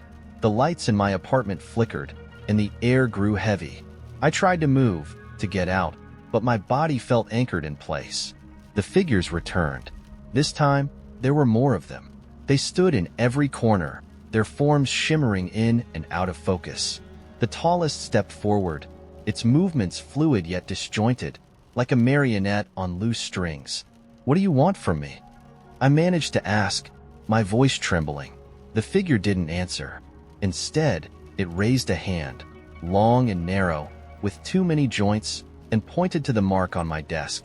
The chime echoed again, and I realized it wasn't just a sound. It was a vibration, a frequency that seemed to resonate with something deep inside me. When I looked back at the mark, it wasn't just carved into the wood anymore. It was glowing faintly, pulsating in time with the chime. I felt something shift inside me, like a part of myself had been unlocked. Memories that weren't mine flooded my mind. Images of places I'd never been, faces I didn't recognize, a sky that was too bright and too dark at the same time. The tallest figure leaned closer, its face inches from mine. "You belong to us now," the voice said, no longer in my head but echoing through the room. I woke up the next morning on the floor, the mark on my desk burned out, nothing but a faint scorch left behind. The air in the apartment felt lighter, almost hollow. For weeks, nothing happened. The sound didn't return. The figures didn't come back. I started to convince myself it had all been a vivid nightmare, until I found the mark again. Not on my desk this time, but on my skin. It was faint, almost invisible, etched into my forearm like a scar. When I touched it, the chime returned, soft and familiar. And I understood, without needing to be told. They weren't gone. They were waiting. There's a moment, just before you fall asleep, when the world turns liquid. Shapes blur, colors soften, and the boundaries between what's real and what isn't begin to ripple. That's where I was the night I heard the voice. It wasn't in my head, nor was it outside my window. It was everywhere, threaded through the air like smoke. Remember the rules. I bolted upright, heart pounding. The room was silent, the kind of silence that presses against your eardrums and fills your head with imagined sounds. I reached for my phone, the glow of its screen casting a pale blue light over the room. 3:14 a.m. The voice could have been a dream. I wanted it to be a dream. But on the nightstand, where my book had been, was something else entirely. A piece of paper, folded neatly in half. I didn't touch it right away. Something about it felt wrong.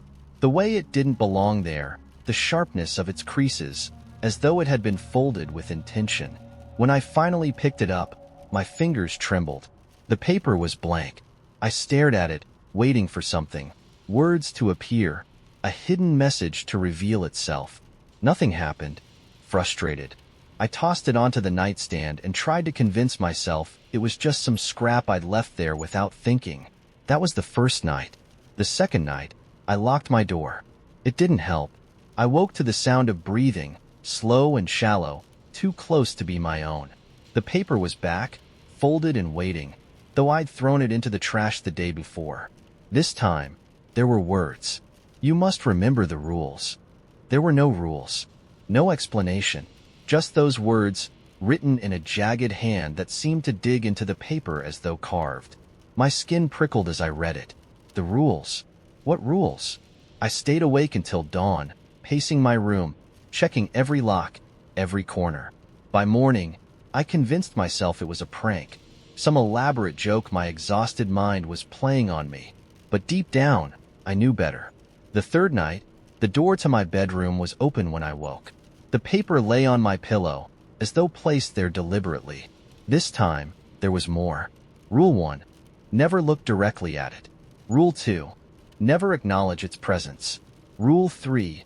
Never, under any circumstance, invite it in. It felt like a warning. But against what? My hands shook as I read the words again and again, my mind racing. The room felt colder than it should have, the shadows stretching farther than they should have. I didn't sleep that night. The fourth night, I broke the first rule. It was an accident. I hadn't seen anything unusual when I turned off the lights, just the usual clutter of my desk, the faint outline of the chair by the window. But in the middle of the night, I woke to a presence. It wasn't visible at first, just a heaviness in the air, a static that made my skin crawl. When I turned, it was there.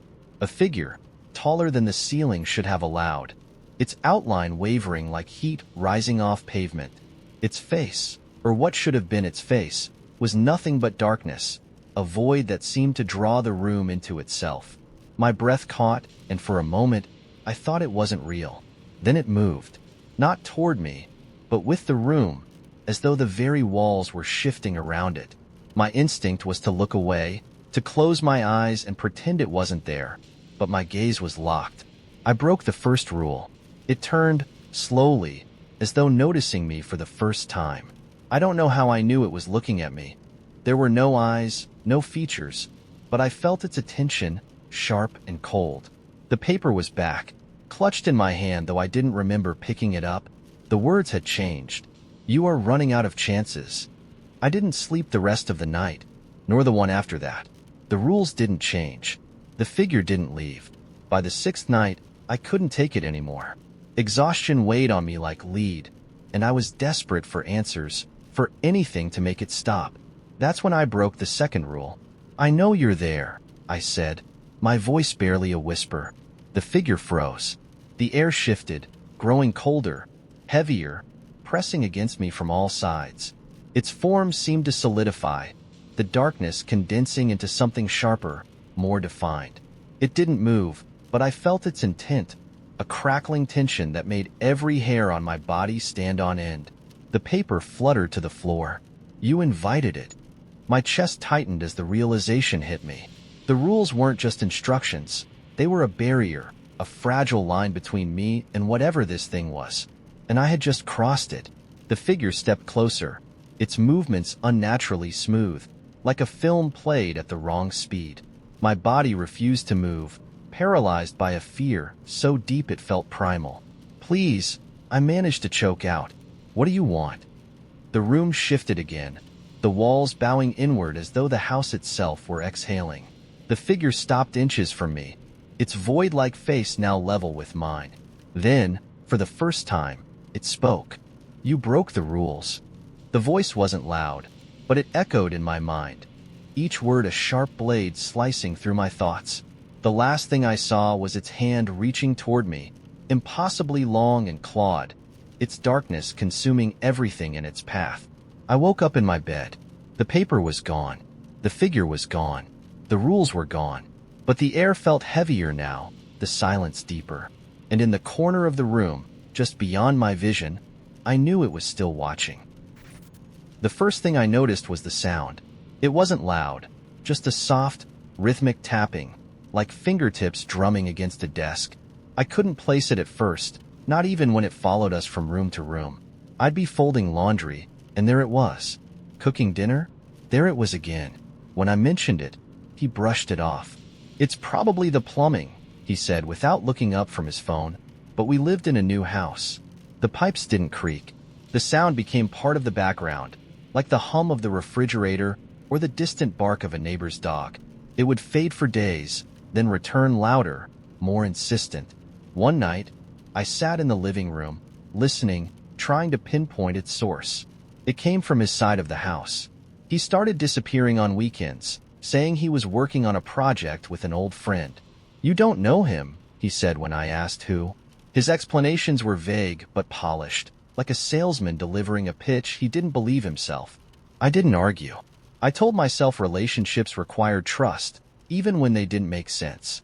The second clue came in the form of a scent, a sharp, citrusy perfume that lingered on his jacket. It wasn't mine, and it certainly wasn't his. I found the jacket draped over the back of a chair one afternoon.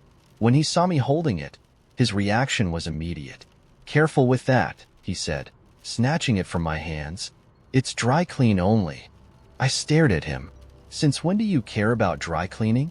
He hesitated, then shrugged. "Since I spent good money on it."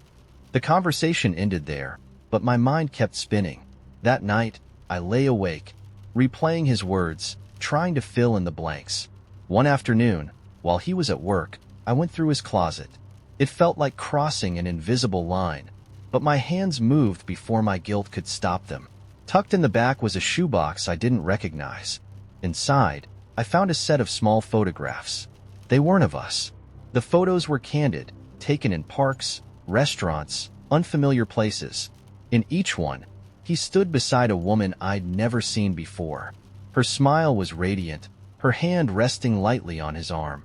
When he came home that night, I asked him how his day was. I waited for him to mention her, to explain the photos, but he didn't. He kissed me on the forehead and mumbled something about spreadsheets. The next morning, I followed him. He left the house at 7:15, just like always, but instead of heading to his office, he drove across town. I stayed 2 cars behind, my hands gripping the steering wheel so tightly they ached. He parked outside a nondescript building and went inside, carrying a small box. I waited for nearly an hour before he came out again, this time with the woman from the photos. They laughed, their shoulders brushing as they walked to a nearby cafe. I didn't confront them. Instead, I drove home and waited. That evening, I placed the photos on the kitchen table.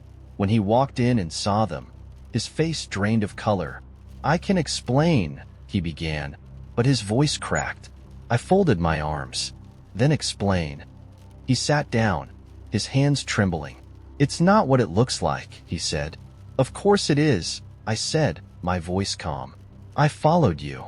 His mouth opened, then closed again.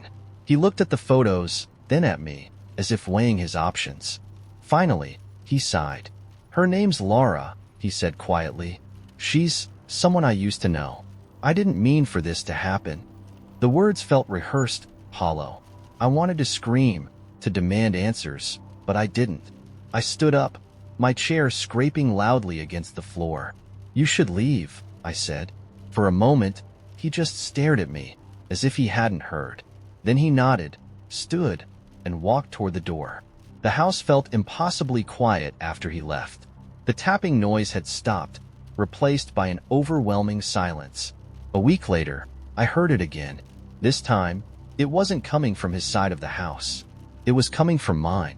I followed the sound to the laundry room, where the shoebox sat on the floor, its lid slightly ajar. I hadn't touched it since that night, but now it seemed to hum with an energy I couldn't ignore. I opened it, expecting to find the same photos, but they were gone. In their place was a single note, written in a handwriting I didn't recognize. "You always knew." The tapping continued, steady and rhythmic. As I closed the lid, I sat down on the cold tile floor, the note clutched in my hand, and let the sound fill the room. It was a chance encounter with a cheap, dusty trinket that set everything into motion. I'd been killing time in a thrift shop on a gray Tuesday afternoon, wandering aisles of mismatched mugs and faded coats when I saw it. An antique music box, nestled between chipped porcelain figurines. Its wood was scuffed, and the winding key was tarnished. But there was something about it, an odd elegance, maybe, that made me pick it up. I turned the key carefully, expecting a tinny, broken melody. Instead, the tune was haunting, the notes impossibly clear. As the song played, I felt an ache behind my eyes, a pressure that wasn't quite pain. The shopkeeper, a woman with a face like weathered bark, watched me with an intensity that made my skin crawl. "You have a good ear," she said. Her voice was low, gravelly, almost conspiratorial. "It's a rare piece."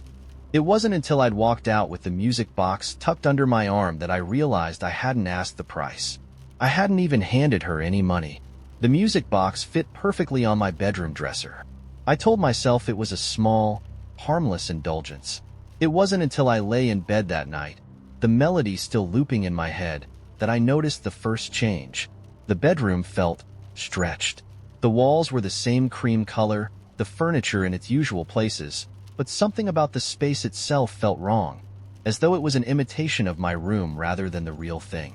I blamed exhaustion and turned out the light. I dreamed of corridors, endless, twisting halls lined with doors that didn't seem to lead anywhere. The air in the dream was heavy, thick with the faint hum of the music box's melody, though it sounded warped now, the notes bending like metal under strain. The next morning, the music box had moved. I'd left it on my dresser, but it now sat on the windowsill, facing outward as though watching something beyond the glass. I convinced myself I must have moved it absent-mindedly. It wouldn't be the last time I lied to myself. Over the next week, the dreams became more vivid. The corridors narrowed, their walls pressing in, and the hum of the music box grew louder, more insistent. I found myself stopping in front of the doors, staring at their frames as though daring them to open. One night, one of them did. The room beyond wasn't a room at all. It was a vast, black expanse dotted with faint, pulsing lights. Something moved in the darkness, massive and sinuous, its shape only hinted at by the faint glimmers it passed through. I woke gasping, the tune of the music box still ringing in my ears. The changes in my apartment were harder to ignore now. The light in the kitchen seemed dimmer, no matter how many bulbs I replaced. The bathroom mirror showed not just my reflection but something else behind me, faint, out of focus, and gone the moment I turned. And the music box? It was never where I left it. One morning, I found it on the coffee table, its lid open. Another time, it sat at the foot of my bed, as though it had been waiting for me to wake. I tried locking it away in a drawer, but that only made things worse. The melody started playing in the middle of the night, muffled but persistent. When I opened the drawer, the box was still wound tightly, its key unmoved. I stopped sleeping after that. I took the music box back to the thrift shop, hoping to return it, but the place was gone. The storefront was boarded up, its windows thick with grime. A faded, for lease, sign hung lopsided on the door. At home, the music box sat in the middle of my dining table, its lid open wide, as if mocking me. That night, I made the mistake of trying to destroy it. I grabbed a hammer from the toolbox in my closet and brought it down with all my strength. The music box didn't even splinter. Instead, the melody started to play, louder and slower than before, each note vibrating through my chest. The pressure behind my eyes returned, stronger now, and I dropped the hammer, clutching my head as the room spun. When I opened my eyes, I was no longer in my apartment. The corridors from my dreams stretched endlessly around me, their walls pulsating faintly as though alive. The air was suffocating, the hum of the music box filling every corner. I looked down and saw the box in my hands, its lid wide open, the melody twisting and warping with every step I took. The doors were here, too. Each one was slightly ajar, and behind them, I could hear whispers, soft, pleading, overlapping in a cacophony of voices I didn't recognize. I tried to walk, but the corridor shifted with me, folding in on itself. No matter which way I turned, I ended up facing the same door. This one wasn't like the others. It was massive, made of dark wood etched with intricate carvings that seemed to move when I stared too long. The music box's melody grew louder, sharper, as though it was urging me forward. I didn't want to go through, but my feet carried me closer. My hand reached out, trembling, and pushed the door open. Beyond was the black expanse again, but this time, I wasn't alone. The thing I'd glimpsed in my dreams stood before me, its form immense and shifting. Eyes, or what might have been eyes, blinked open across its surface, each one staring at me with an intensity that made my stomach churn. The melody stopped. For a moment, there was silence. Then it spoke, not with words, but with a soundless vibration that rattled my bones. I didn't understand its message, not fully, but I knew it was offering me a choice. Stay, or return, but never whole. I don't remember how I answered, or if I answered at all. When I woke, I was back in my apartment, the music box sitting innocuously on my dresser. But things aren't the same. The light is dimmer, the shadows longer. I hear whispers in the quiet, fragments of words I can't make out. And at night, when I close my eyes, I see the corridors again. The music box hasn't moved since that night. I haven't touched it, but I know it's waiting. For what? I don't know. But I can feel it watching. And I know, someday soon, it will play its song again. The radio didn't belong to me. I found it in the attic of the house I just bought. A classic 1950s style with polished wood, heavy knobs, and a mesh speaker grill that looked like it had seen better decades. The moment I touched it, I felt the unmistakable thrum of static electricity, a faint crackle that made my fingertips tingle. It didn't fit with anything else in the attic. The previous owners had left behind the usual assortment of junk. Broken chairs, moth-eaten blankets, boxes of newspapers yellowed with age.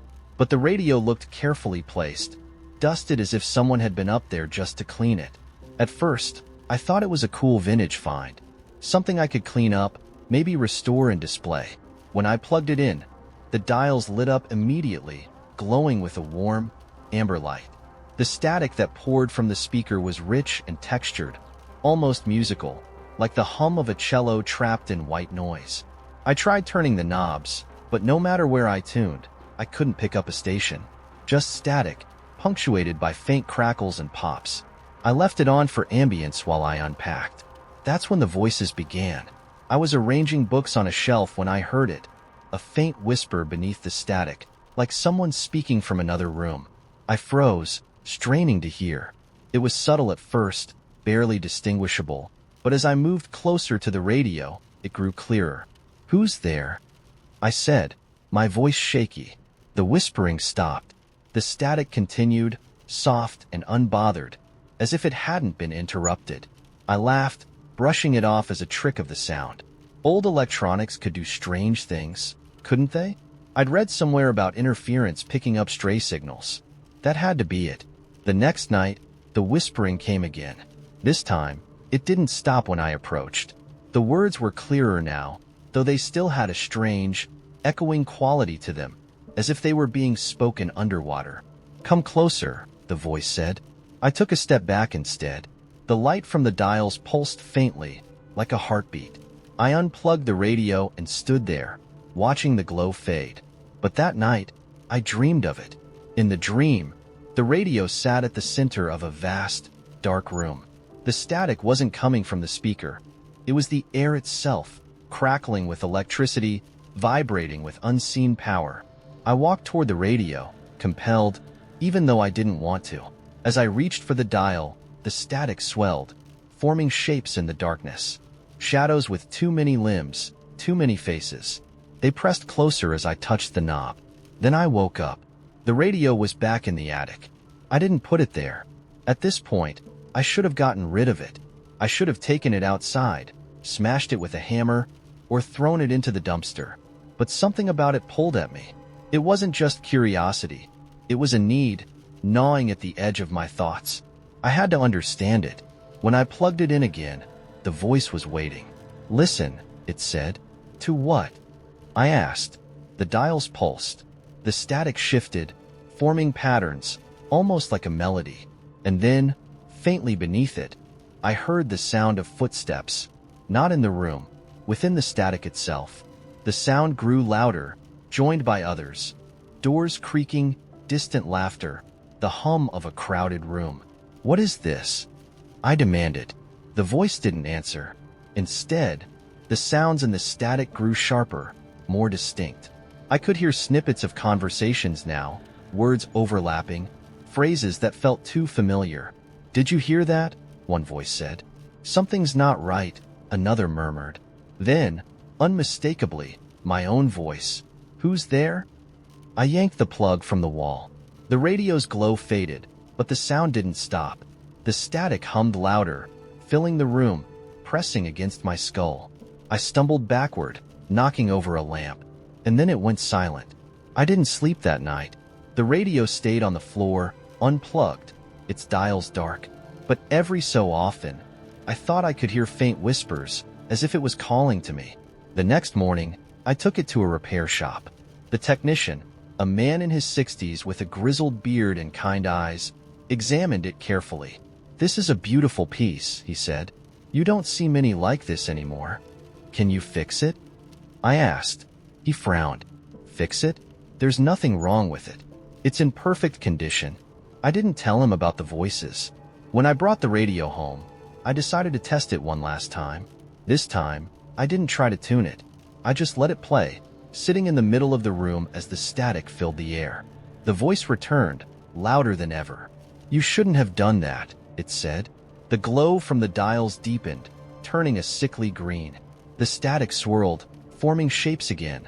But this time, they were sharper, more real. Shadows spilled out of the speaker, crawling across the walls, coiling around the furniture. I tried to move, but I couldn't. The voice was everywhere now, overlapping with others, a cacophony of whispers and screams. They spoke of things I couldn't comprehend, places that didn't exist, and rules that were never meant to be broken. And then I understood. The radio wasn't a device. It was a door. The last thing I remember before the static swallowed me was the sound of my own voice, echoing back through the speaker. Who's there? It asked. The first thing I noticed was the coffee cup. It was sitting on my desk when I walked into the office one Monday morning, a plain white ceramic mug with a faint lipstick smudge on the rim. I don't wear lipstick, and I don't drink coffee. I'm strictly a tea person, but the cup was warm, steam curling from the surface, as if it had just been poured. Did someone leave this here? I called out, my voice cutting through the quiet hum of the office. The place was nearly empty, save for a few early risers hunched over their desks. No one answered. I shrugged it off, moving the mug to the edge of my desk. Maybe a coworker had left it there by mistake. It didn't feel worth worrying about, at least, not then. The next morning, it was back. Same mug, same lipstick smudge. This time, it was sitting dead center on my keyboard, as if deliberately placed to catch my attention. I glanced around, half expecting to see someone laughing at the prank, but the office was silent. I picked it up, turning it in my hands. The warmth was gone now, the coffee inside cool and stagnant. Something about it unsettled me, but I couldn't quite put my finger on why. I tossed the contents into the break room sink and left the mug on the counter, determined not to let it distract me. By Wednesday, I wasn't just distracted. I was unnerved. The mug was on my desk again when I arrived, but this time it wasn't empty. Inside was a folded piece of paper, stained at the edges with brown rings. I unfolded it slowly, my fingers trembling without reason. You're in my seat. I stared at the note, my stomach lurching.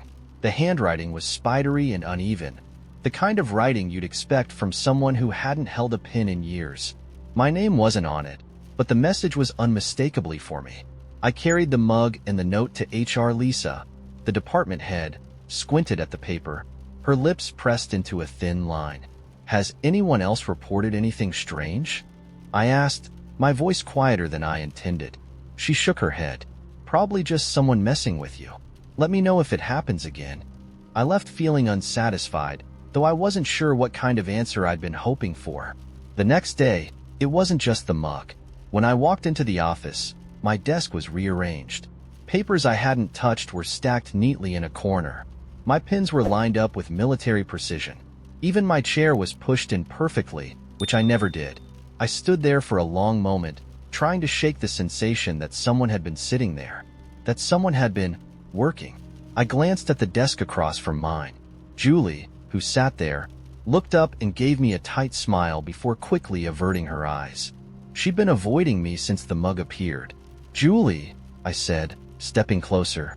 She flinched, which didn't help my spiraling anxiety. "Do you know who's been messing with my desk?" She hesitated, her hand hovering over her mouse. "You should maybe talk to Lisa again," she said finally, her voice barely above a whisper. That night, I couldn't sleep. I kept picturing the mug, the lipstick smudge, the note. I told myself it was just a stupid prank, some office drama meant to mess with the new girl. But deep down, I didn't believe it. Friday morning, I came in early, hoping to catch whoever was doing this. The office was dark, the only light coming from the glow of the vending machine in the break room. My desk was just as I'd left it the night before, no sign of the mug. For the first time all week, I felt a flicker of relief. Maybe it was over. But then I noticed the chair. It wasn't my chair anymore. It was an old, high-backed leather chair, cracked with age, the kind you'd find in a library or an old study. It didn't belong here, not in our modern, minimalist office. And yet, there it was, waiting for me. I didn't want to touch it. Just looking at it made my skin crawl, but I forced myself to step closer. The smell of stale coffee and faint perfume wafted from the leather, and my heart sank when I saw what was sitting in the center of the seat. The mug. This time, the note inside was longer. I unfolded it with shaking hands, the words blurring as I read. "You've stayed too long. Leave before the night shift arrives." The night shift? Our office didn't have one. I dropped the mug and bolted. Lisa called me later that day, asking why I'd left, but I didn't pick up. I spent the weekend holed up in my apartment, jumping at every sound. I considered quitting, but my rent was due, and I couldn't afford to just walk away. Monday came too quickly. I showed up at the office just after sunrise, the place eerily quiet. My desk was empty. Completely, perfectly empty. No papers, no pens, no computer. Just the leather chair, sitting in the center of the space like it had been waiting for me. The mug was on the desk again, but this time it wasn't coffee inside. It was a photo. It was me, sitting at my desk, staring at the screen, but the office in the background wasn't ours. The lighting was dim, the walls lined with shelves of dusty books, the air in the photo heavy with shadows. I turned the photo over. "We'll see you tonight." I didn't go back. I still don't know what the night shift is, or what would have happened if I'd stayed to find out. The job market is terrible, but I'd rather starve than sit in that chair again. The problem is, I keep smelling coffee in my apartment. And this morning, there was a lipstick-stained mug sitting on my kitchen counter. I'd been searching for my next apartment for months when I stumbled upon the listing. It was tucked away in the classified section of a website I'd never used before, the kind of place where listings felt like a roll of the dice. Studio apartment, fully furnished, utilities included, $400 per month, caught my eye immediately. The pictures showed a clean, modern unit with sleek furniture and large windows that flooded the space with natural light. Too good to be true, I thought. But I was desperate, so I called. The landlord answered on the second ring. He sounded rushed, like he had a million other things he'd rather be doing. But when I mentioned the apartment, his tone softened. "You're interested? Great. It's available right now. When can you come by?" The address was in a part of town I wasn't familiar with, tucked between warehouses and nondescript office buildings. The street was eerily quiet for midday. I almost missed the building entirely, an unmarked gray structure with no sign or buzzer. The landlord, a wiry man with a faint twitch in his left eye, met me at the door and led me up a narrow staircase. The apartment was exactly like the pictures, which made me suspicious. There was no way a place this nice should be this cheap. "What's the catch?" I asked, crossing my arms as I turned to face him. He hesitated, scratching the back of his neck. "It's a little quirky," he admitted. Some tenants have said the place has a personality of its own. You know, like it feels lived in. But hey, utilities are included. He laughed awkwardly, his eyes darting to the door. It's month to month if you want to give it a shot. I didn't have the luxury of being picky. By the end of the day, I had a set of keys and a new address. The first week was blissfully normal. The apartment was warm and bright, and the furniture was as comfortable as it looked. At night, the sounds of the city hummed softly through the windows, lulling me to sleep. I started to believe I'd lucked into a rare gem. But then things started to shift. The first incident was subtle. One morning, I woke up and found a mug on the counter I didn't remember using. I chalked it up to absent-mindedness, rinsed it out, and went about my day. But over the next few days, more objects seemed to move when I wasn't looking. A chair would be slightly out of place, or a book I'd left on the coffee table would be on the floor. Each time, I convinced myself I was imagining it. I'd always been a little scatterbrained, and I figured I was just noticing things I usually wouldn't. Then I started noticing the mirror. It hung in the bathroom, a plain rectangle with no frame, but it seemed sharper somehow, as though its reflection carried more detail than it should. I'd catch my reflection moving just a fraction of a second too late, or looking at me with an expression that didn't quite match my own. Once, as I brushed my teeth, I swore I saw something behind me, a flicker of movement, like a shadow darting out of frame. But when I turned, the bathroom was empty. I tried to brush it off. Houses creak, pipes groan, minds play tricks. But the apartment didn't let up. One night, as I was getting ready for bed, I noticed the windows. The blinds were closed, as they always were, but the city noise outside had stopped entirely. It wasn't just quiet, it was void-like, an absence of sound so absolute it made my ears ring. I peeked out through the blinds, and my breath caught in my throat. The city was gone. Where the skyline should have been, there was only darkness. No lights, no streets, no buildings. Just an infinite black expanse stretching as far as I could see. I staggered back from the window, my pulse thundering in my ears. The silence inside the apartment grew louder, pressing against me like a living thing. The lights dimmed slightly, though I hadn't touched the switch. And then I heard it, a faint, rhythmic sound, like footsteps on the floor above me. I froze. There was no upstairs. The sound moved, slow and deliberate, crossing the ceiling to stop directly above my head. I couldn't breathe. My eyes darted to the bathroom mirror, which now seemed to shimmer faintly, as though lit from behind. For a moment, I thought I saw a face. Not mine. Pressed against the glass, its features blurred but unmistakably watching. I grabbed my keys and bolted for the door. As I yanked it open, the hallway stretched before me, impossibly long. It didn't make sense. The building wasn't that big, but the hallway seemed to extend forever, its flickering overhead lights vanishing into the distance. I stepped out cautiously, and the door slammed shut behind me. When I turned back, the apartment door was gone, replaced by a blank stretch of wall. Panic surged through me. I started walking down the hall, the faint hum of the lights the only sound. My footsteps echoed strangely, like the space wasn't quite solid. Every door I passed was shut tight, their numbers missing. After what felt like hours, I reached a corner. Turning it, I stopped dead in my tracks.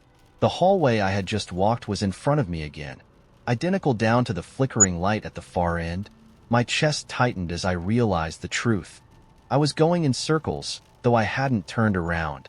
The walls seemed to press closer, and the hum of the lights grew louder, almost deafening. A door creaked open behind me. I turned slowly. At the end of the hallway, a single door stood ajar, spilling warm light onto the floor. It was my apartment door. My bag sat just inside, where I dropped it on my first day. The light seemed to beckon me, golden and soft, as if nothing had ever been wrong. I should have run. I should have turned and fled down the endless hall, but something compelled me to step forward. My hand trembled as I reached for the door, and just before I crossed the threshold, I caught a glimpse of the mirror inside. It was full of people. They weren't reflections. They were faces, hundreds of them, pressed against the glass, watching me with hollow eyes and expressions too still to be alive. And in the center, my own face stared back, Its mouth curved into a smile I didn't feel. The door slammed shut behind me. There's a room in my office building that doesn't exist on the floor plan. I only found it because of a mistake. My boss had emailed me late on a Friday, asking for a document she claimed was in storage. Archive room 3C, the email said. Far west corner. The problem was, I'd worked here for 5 years, and as far as I knew, we didn't have an archive room 3C. But I wasn't about to email her back and admit I didn't know my own workplace layout. The west corner was quiet, away from the buzzing fluorescent lights and the hum of copier machines. I walked past a row of cubicles and a supply closet, stopping where I thought the door should be. There was nothing, just a blank stretch of wall painted the same beige as the rest of the office. I turned back, ready to give up, when I noticed something odd. The light hitting the wall was wrong. Not a shadow, exactly, but an inconsistency. I ran my hand along the surface, half expecting someone to pop out and accuse me of wasting company time, and felt the edge of a seam. It was subtle, almost imperceptible, but when I pressed, the wall shifted inward with a faint click, and a door appeared where there had been none. It wasn't a standard office door. This one was old, with a tarnished brass handle and a faint pattern of spirals etched into the wood. No company logos, no employee access signs, just the sense that this door had been waiting for someone to find it. The rational part of me said to leave it alone, report it to facilities, go home, but curiosity has always been louder than reason. The door opened easily, without a creak. Beyond it was a staircase descending into shadow, the kind of darkness that swallows sound. There were no lights, but the air carried a faint glow, just enough to see the steps beneath my feet. I took one step down, then another. The staircase spiraled, and as I descended, the air grew cooler, denser, as though I was sinking underwater. The faint hum of the office above faded, replaced by a deep, rhythmic sound, almost a pulse, but slower. At the bottom of the stairs was a room. It didn't look like a storage area. It didn't look like anything that should have been part of the building.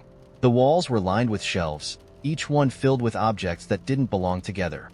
A stack of Polaroids, a rusted lantern, a child's shoe. In the center of the room stood a table, and on the table was a box. The box was small, made of dark wood with intricate carvings that seemed to shift when I looked away. It wasn't locked, but lifting the lid felt like breaking a seal. Inside was a single piece of paper, folded neatly. It had my name on it. I stared at it, my pulse quickening. The paper wasn't old or yellowed. It was crisp, the ink fresh. I unfolded it carefully, afraid it might tear, and read the message scrawled in tight, angular handwriting. Do not turn around. A chill swept through me. The room had grown impossibly quiet, the pulse-like rhythm gone.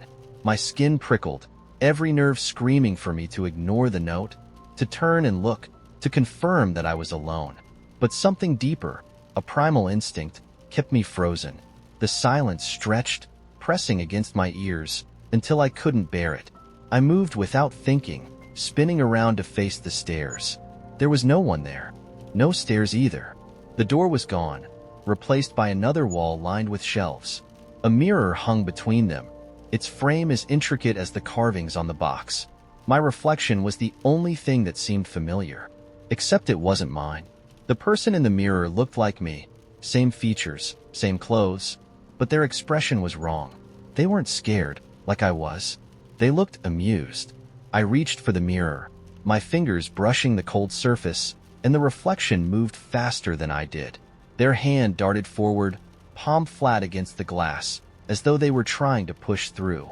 The room shifted. The air grew heavy, pressing against my chest, and the objects on the shelves began to tremble. The mirror rippled like water, and I stumbled back, clutching the note as though it could anchor me.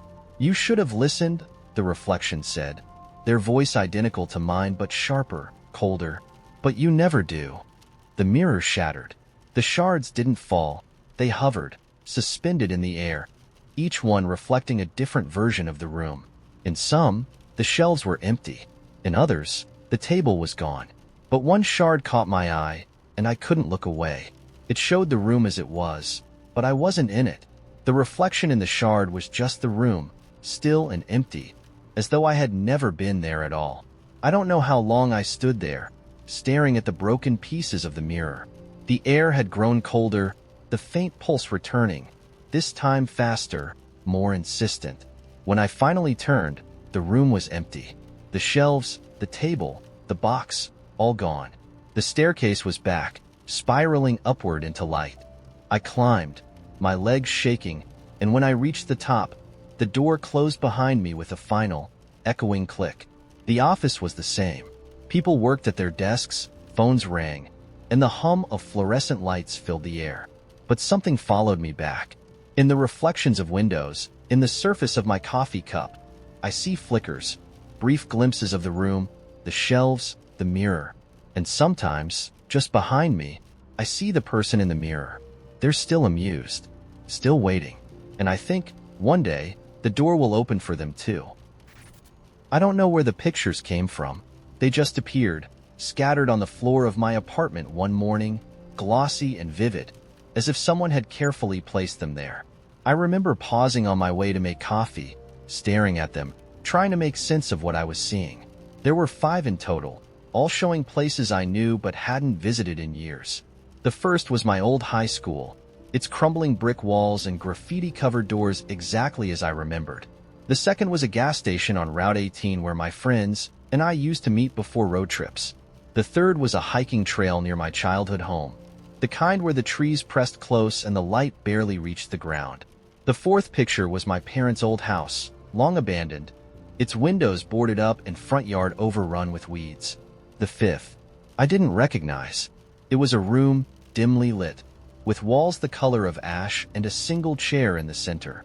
The chair was old and wooden, with thick leather straps hanging from its arms and legs. There was something about the image that made my stomach twist, though I couldn't say why. At first, I thought someone had slipped the photos under my door as a prank, but there was no note, no explanation, just those 5 images. I picked them up, one by one, examining the details. My hands shook slightly when I got to the last one. The chair in the photo seemed to be waiting for something, its emptiness more menacing than it should have been. I didn't know what to do with them. I couldn't throw them away. They felt too deliberate, too specific. Instead, I tucked them into a drawer and tried to convince myself they didn't matter. That night, I dreamed of the chair. In the dream, I was standing in the room from the 5th picture. The air was heavy, the kind of stillness that makes your ears ring. The walls seemed to close in, the shadows growing longer, and the chair sat at the center, waiting. When I woke up, I was drenched in sweat, my heart pounding. I tried to shake it off, but something about the dream lingered. It wasn't just a nightmare, it felt like a memory. The next day, I found another photograph. This one was on my kitchen counter, sitting there as if it had always been part of the clutter. It was of my current apartment. The image was sharp and eerily detailed. The books on my shelf, the coffee cup I'd left out, even the faint smudge on the window from when I'd opened it last week. But in the corner of the photo, just barely visible, was the edge of the chair. I grabbed the first 5 pictures from the drawer and spread them out on the counter, comparing them to the new one. My hands trembled as I noticed something I hadn't before. In every photo, somewhere in the background, the chair was there. Always just on the edge of the frame, barely noticeable unless you were looking for it. I started locking my doors and windows after that, double-checking them before I went to bed. It didn't help. The next photo showed up in my bathroom, taped to the mirror. This one was darker, harder to make out. It took me a moment to realize it was a close-up of the chair, the leather straps now buckled tightly around nothing. I tried to convince myself it was all in my head.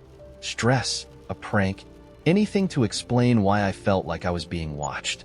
But the photos kept coming, one by one, each more unsettling than the last. One showed my bed while I was sleeping.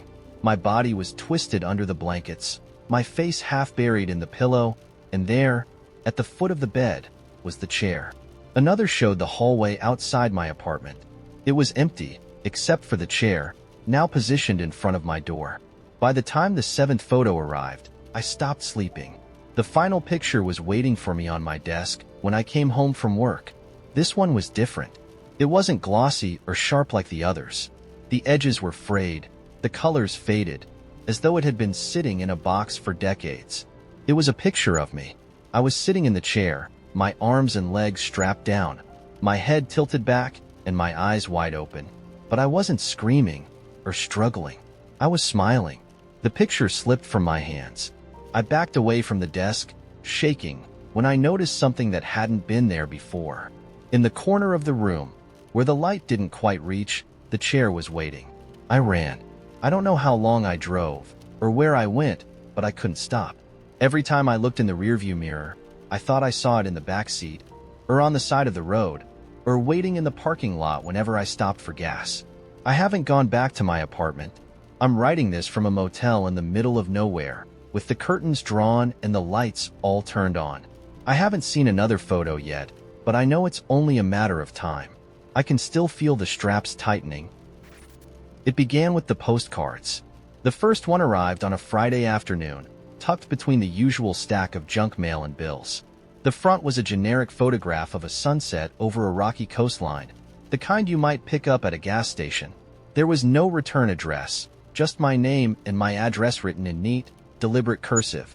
The back was blank except for a single word, scrawled across the middle in red ink, soon. I stared at it for a long time, trying to decide if it was some kind of strange joke, a prank from a friend. Maybe, though I couldn't think of anyone who would go through the trouble. I flipped it over again, scrutinizing the handwriting, the postmark, the details of the photograph, but there was nothing to explain it. I tossed the postcard on the counter and went about my evening, more curious than concerned. The second postcard arrived 3 days later. This one was different. The photograph showed an empty road stretching out into a vast, featureless desert. The horizon was hazy, the colors muted, as if the image had been taken during a storm. The message on the back was the same. Soon. This time, the handwriting wasn't neat or deliberate. It was jagged, as though written in a hurry or with a trembling hand. The letters leaned at awkward angles, and the ink had smudged in places, as if it had been written while the card was wet. I felt a flicker of unease then, though I couldn't pinpoint why. Maybe it was the change in handwriting, or the choice of image, or the way the words seemed to carry weight now, pressing against my mind like a thumb against a bruise. I kept the postcards on the kitchen counter, side by side, and told myself to forget about them. But I couldn't. The third postcard arrived a week later. The photograph was a dark forest, its trees so dense they looked like a solid wall of black. There was no road this time, no horizon, just a tangle of branches and shadows. On the back, a single line in the same jagged handwriting. Do you feel it yet? I didn't sleep that night. I lay in bed, staring at the ceiling, listening for sounds that weren't there. The apartment felt wrong somehow, as though the air had thickened, making every breath an effort. The walls seemed closer, the shadows darker. The fourth postcard came the next day. The photograph was a door. It was old and wooden, with peeling paint and a tarnished brass handle. The edges of the photograph were warped, curling inward as though it had been left too close to a flame. On the back, 2 words, "Open it." I checked my front door, irrationally certain I'd find the one from the photograph waiting for me. But it was still the same familiar door I'd seen every day for the past 3 years.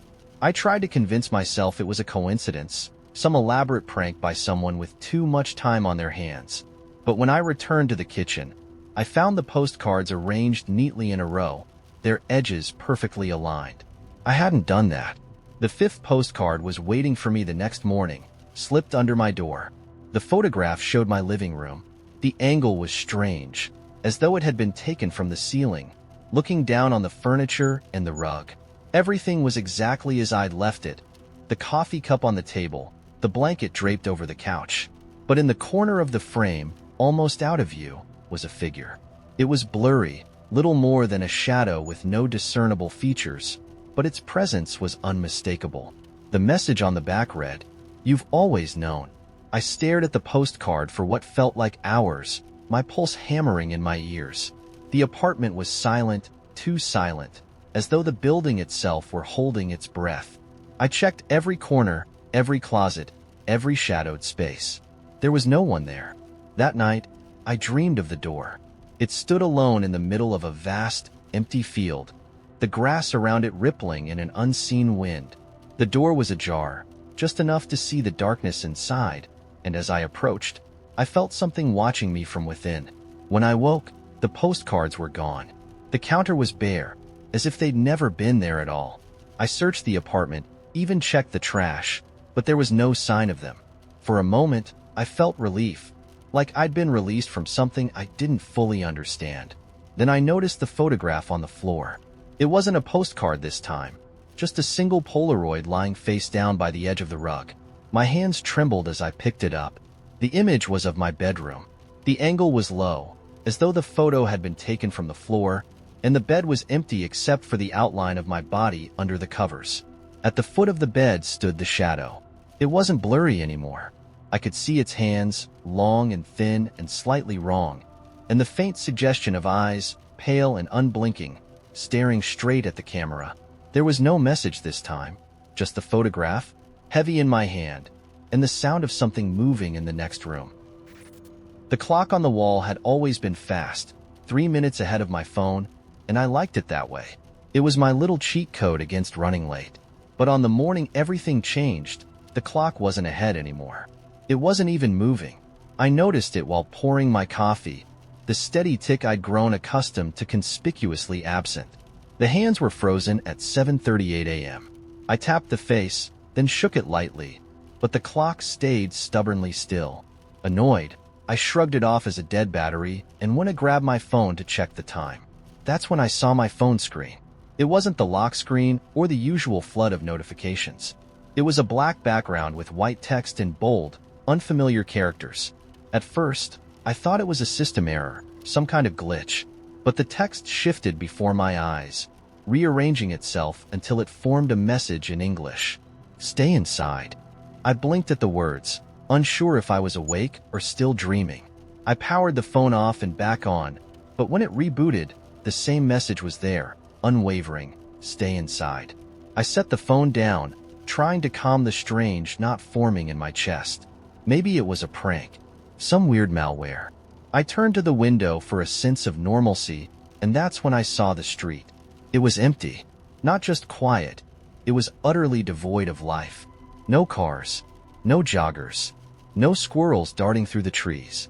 It was as though someone had taken a photograph of my street and drained all the motion from it. Even the leaves on the oak tree across the road were perfectly still. Despite the breeze, I could feel seeping through the cracks in the window frame. My unease deepened. I opened the front door just a crack and leaned out to call, "Hello?"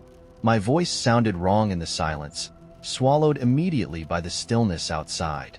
The kind of wrong you don't hear but feel, like an instinct warning you to step back. The world didn't respond.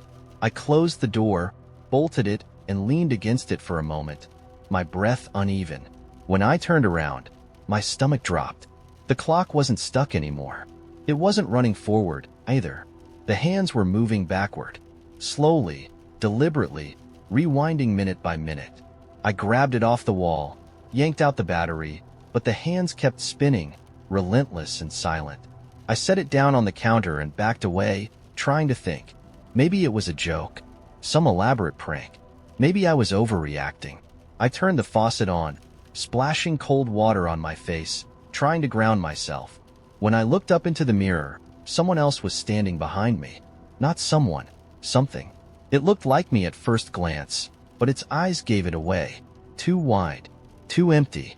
Its mouth was curved into the faintest hint of a smile, though I wasn't smiling. My heart thundered as I turned to confront it, but the space behind me was empty.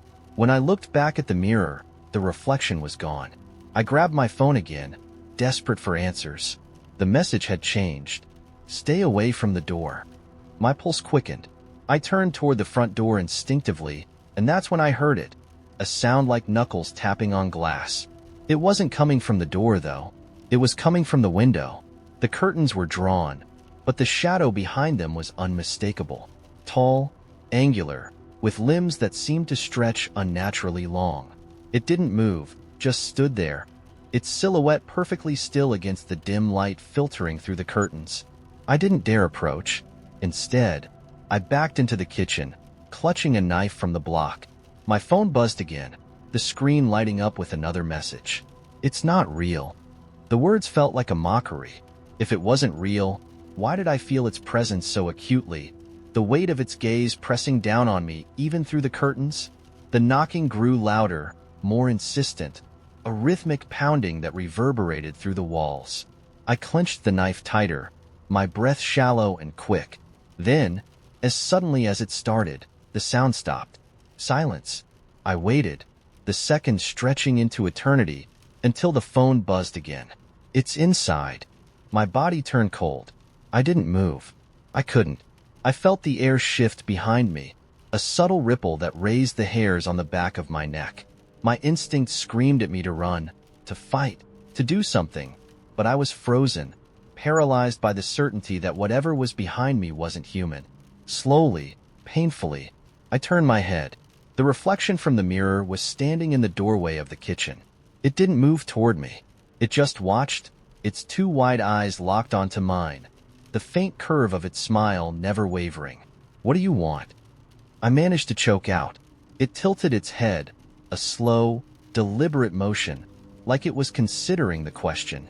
When it spoke, its voice was a distorted echo of mine, layered and wrong. "You invited me." I stumbled back, knocking over a chair, but it didn't react. It simply stood there, watching, as though waiting for me to realize something. The phone buzzed one last time. "Don't run. It likes the chase."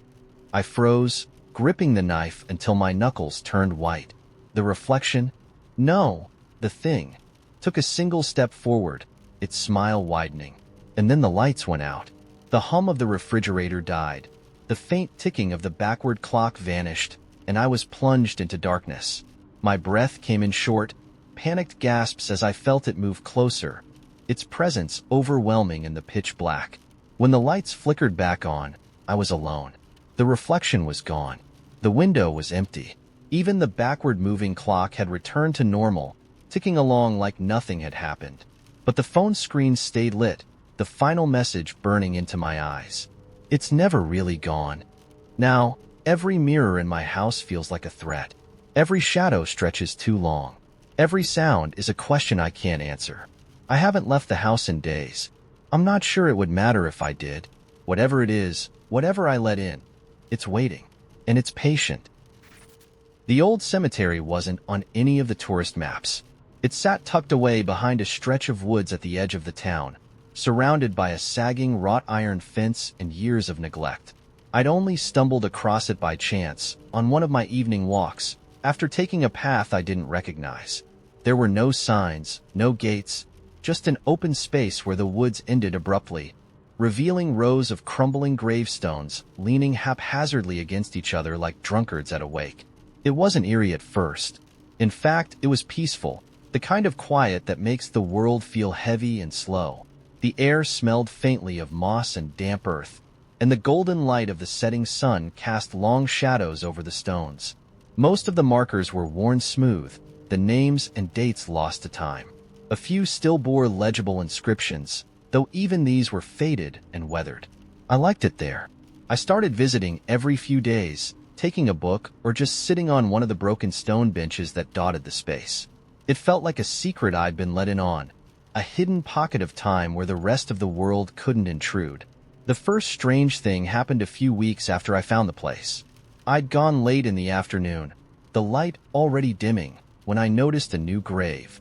It was set apart from the others, closer to the woods, with a fresh mound of earth piled over it. The headstone was simple, with no name, just a date etched in rough letters, 1922. It didn't make sense. I'd walked every inch of that cemetery, seen every stone, and that grave hadn't been there before. But it was late, and the fading light made me doubt myself. Maybe I'd missed it. Maybe it wasn't new at all, just one of those forgotten corners I hadn't paid attention to before. I left feeling uneasy, though I couldn't explain why. The next time I visited, the grave was gone. The earth where it had been was flat, undisturbed, the grass intact as if nothing had ever been buried there. I checked and double-checked, pacing the area until I was certain I hadn't imagined it. But there was no sign of it. No marker, no fresh dirt. Nothing. The unease grew. I started noticing things, small things at first. A strange stillness in the air, like the wind refused to blow through the cemetery. A faint, metallic smell that clung to the place no matter the weather. Once, I found a bird lying on one of the gravestones, its wings splayed and its body unnaturally stiff, as though it had died mid-flight. And then there were the shadows. I first noticed them one evening as the sun dipped below the trees.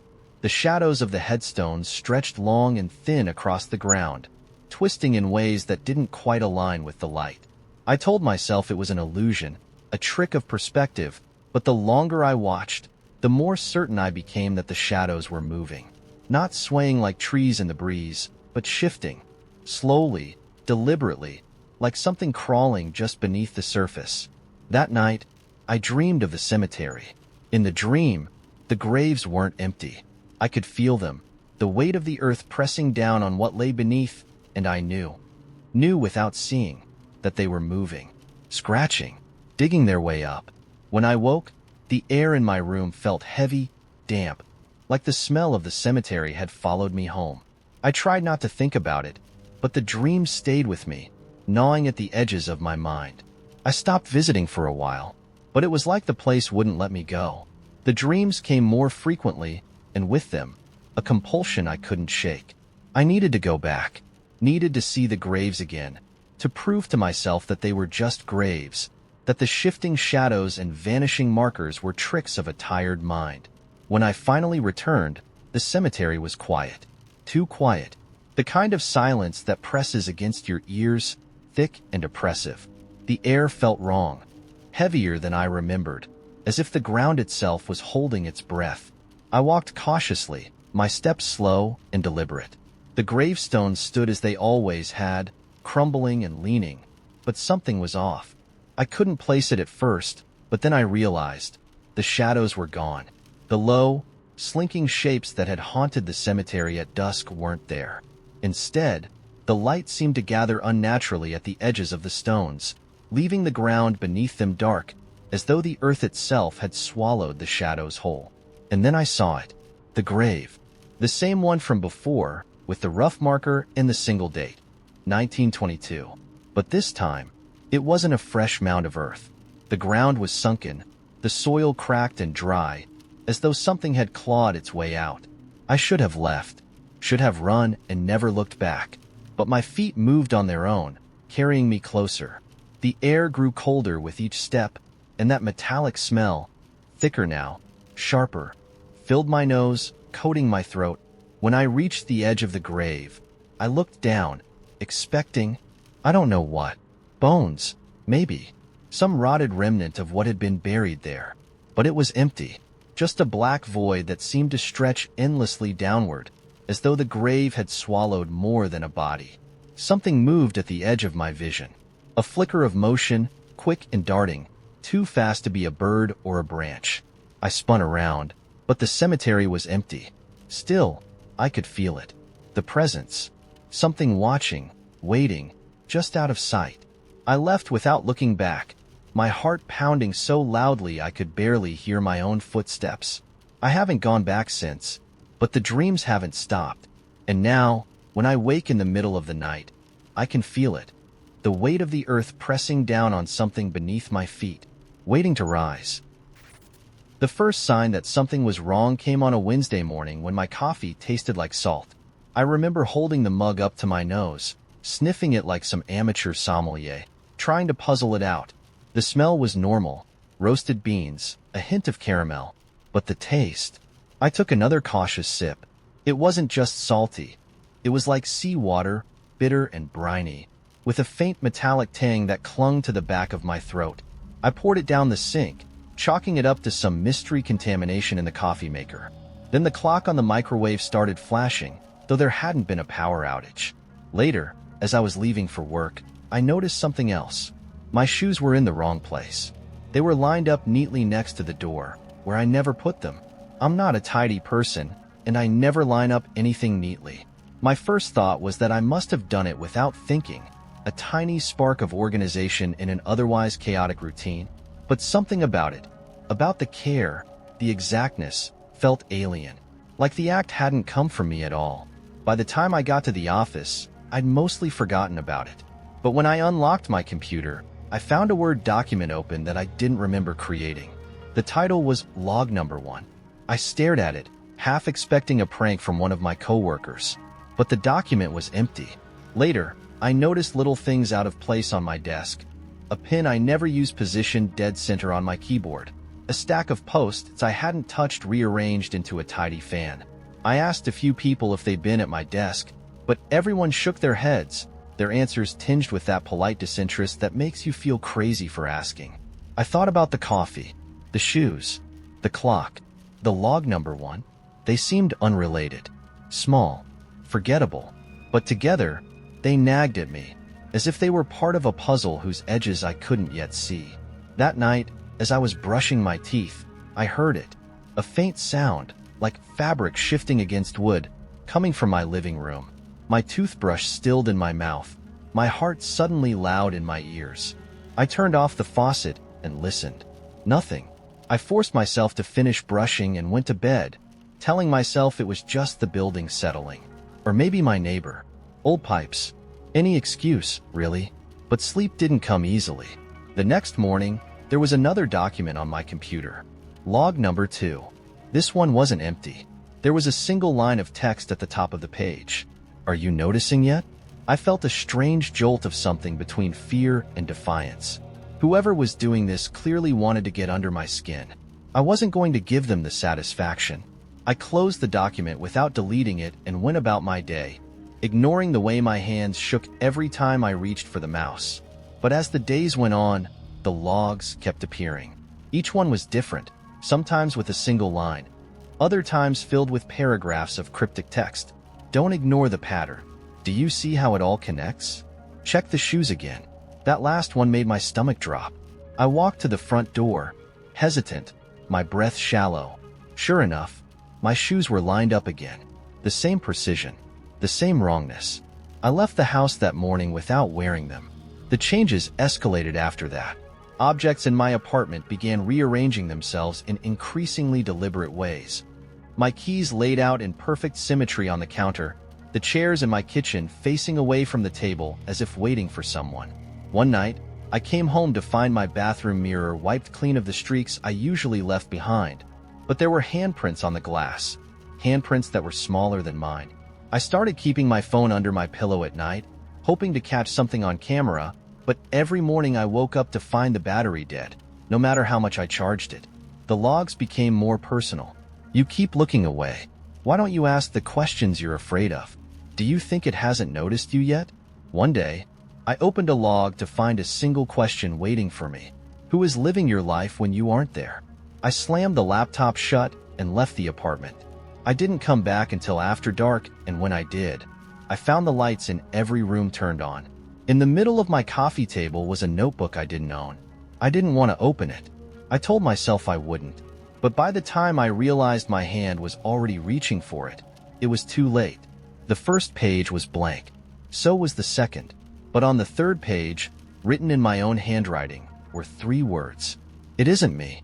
I couldn't sleep that night. I couldn't even stay in my apartment. I drove to a motel on the edge of town and checked in without a bag, without any plan. Just a name and a credit card and the overwhelming need to be somewhere else. But when I woke up the next morning, I was home. My bed, my sheets, my pillow. The notebook was on the nightstand. The pages weren't blank anymore. They were filled with detailed descriptions of my day. Things I had done, people I'd spoken to, meals I hadn't eaten. One entry stood out. January 11th. Sat in the chair by the window and watched them. She still hasn't noticed me, even when I whispered. I don't own a chair by the window, and I don't know who them is. I'm still here, still trying to act like my life belongs to me. But every time I look at the logs or the notebook, I can feel it. An invisible presence, just out of sight, like the air is too thick where it shouldn't be. And the worst part? It's not just my shadow that feels wrong anymore. Sometimes, when I pass a mirror, my reflection doesn't move. It waits, watching me with an expression I don't recognize. It's waiting for me to notice. The old train station at Hollow Bend wasn't on any map I could find. It wasn't listed in any directories, and none of the locals seemed to know about it. Or if they did, they pretended otherwise. I found it by accident, or maybe it found me. I'd been walking home late after a long shift at the diner, cutting through the overgrown fields that bordered the outskirts of town. The sky was a deep, heavy gray, the air thick with the threat of rain. I didn't remember the station being there before, but then again, I didn't often wander this way.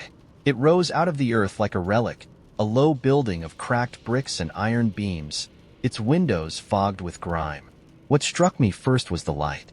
A faint, wavering glow spilled from a single lamp above the entrance, casting long shadows over the steps. The door was ajar, just slightly, and the breeze carried the scent of rust and damp wood. There was no sign of anyone inside, but a strange pull gripped me, a curiosity that felt almost like an invitation. I told myself it was ridiculous, that I should go home and forget I'd seen it, but my legs didn't listen. I stepped inside, the air instantly cooler, and the door creaked shut behind me. The waiting room was empty except for a few scattered benches and a ticket counter. The air smelled faintly of mildew, and the floor was slick with moisture. I called out, but my voice felt swallowed by the space. There was no answer, just the distant sound of dripping water. The most peculiar thing was the clock on the wall. It was enormous, its brass hands frozen at 11:57, and its surface was so polished that it reflected the dim light like a mirror. As I stared at it, I noticed something strange. My reflection didn't quite match my movements. It lagged behind, the tilt of my head or the shift of my weight delayed by a fraction of a second. My stomach tightened, but I told myself it was just the distortion of the glass. There was a map mounted on the wall next to the clock, one of those old train line diagrams with looping tracks and faded names. Most of the stops were unfamiliar to me, places with names like Gossamer Hollow, Red Leaves Crossing, and Lantern's Rest. Hollow Bend wasn't marked at all. A single black line wound its way off the map's edge, terminating in a blank space. I didn't know why, but the sight of it made my chest feel tight. I was about to leave when I heard the train whistle. It was faint, distant, but unmistakable. The floor beneath me trembled slightly, and for a moment, the walls seemed to shift as if the building itself had taken a deep breath. A train. That couldn't be right. No trains had run through this town in decades. Still, the sound grew louder, and I could feel the vibration now, pulsing through the floor and into my legs. Against my better judgment, I followed it. The platform was shrouded in mist, the kind that clung to your skin and made the air feel thick. As I stepped out, a train materialized from the fog, its massive black engine gleaming like obsidian. The cars behind it stretched endlessly, their windows dark and smudged. It pulled to a stop with a screech of metal on metal, and the doors hissed open. I should have turned and run. Every instinct screamed at me to go back, to forget I'd ever come here. But there was something about the train, something that felt like an answer to a question I didn't know I'd been asking. The platform was empty, no conductor or passengers in sight. My feet moved of their own accord, and before I could stop myself, I was stepping into the nearest car. Inside, the train was dimly lit by rows of flickering lanterns. The seats were upholstered in faded velvet, the air thick with the smell of ash and oil. The windows were completely black, reflecting nothing but the faint light. I moved cautiously through the car, my footsteps muffled by the carpet. Each seat was occupied by a figure, but they weren't passengers, not really. They were statues, or something like statues. Figures carved in exquisite detail, their faces frozen in expressions of fear, grief, or shock. Some clutched at invisible wounds, others reached out as if pleading. Their eyes, though glassy, seemed to follow me as I passed. The train jerked suddenly, and I nearly lost my balance. It was moving now, the faint rhythm of the wheels clicking beneath me. I turned back toward the door, but the way I'd come was gone. The car stretched endlessly in both directions, row after row of those haunting figures. My breath came faster, my chest tight as I moved forward, trying to find an exit. That's when I heard it. A faint whisper, barely audible over the sound of the train. It wasn't one voice, but many, overlapping in a strange, dissonant harmony.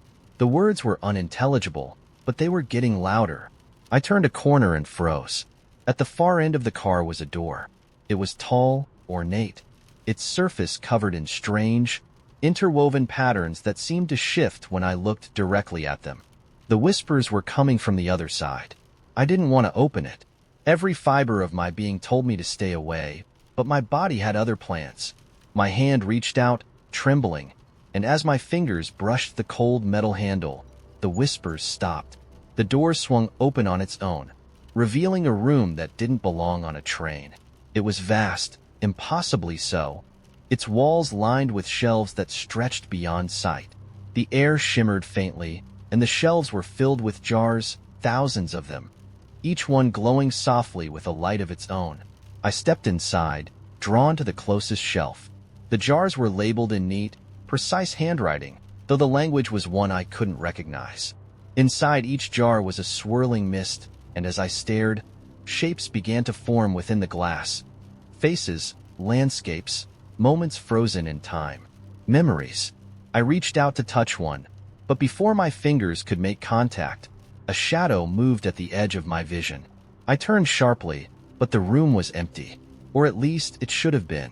The air felt heavier now, and the faint sound of breathing echoed through the space. Then I saw it. A figure, tall and gaunt, its form indistinct as though it were made of smoke. It moved slowly, deliberately, its eyes glowing faintly. It didn't speak, but its presence was suffocating, pressing down on me like a weight. The jars nearest to it flickered, their lights dimming as it passed. I stumbled back, panic rising in my chest. The door was still open behind me, and I ran for it, my legs shaking. As I crossed the threshold, the whispers returned, louder now, almost deafening. The door slammed shut behind me, and the train was suddenly still. I was back in the first car, the rows of statues unchanged. The air was silent, the train no longer moving.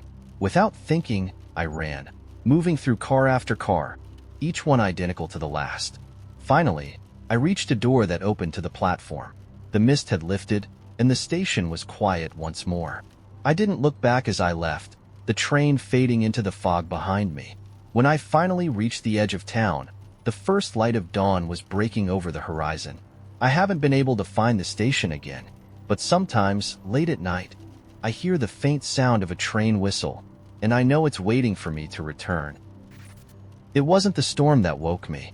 The rain had been relentless all evening, pounding against the windows with the ferocity of a thing alive. Wind howled through the trees outside, and somewhere in the distance, a branch cracked and fell, splintering into the darkness.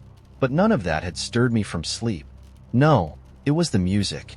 Soft and eerie, it drifted up from somewhere downstairs, threading through the chaos of the storm like a whispered invitation. It wasn't the kind of music you'd hear on the radio. No discernible melody or lyrics. Just a low, rhythmic hum punctuated by the occasional metallic chime, like wind chimes made of bone. I sat up in bed, every hair on my body standing on end. My phone glowed weakly on the nightstand. 3:12 a.m. The storm made the house creak and groan, but beneath it all, the music persisted. I told myself it had to be the wind, or maybe some freak sound carrying through the neighborhood. But I couldn't ignore how deliberate it sounded, like it was meant for me.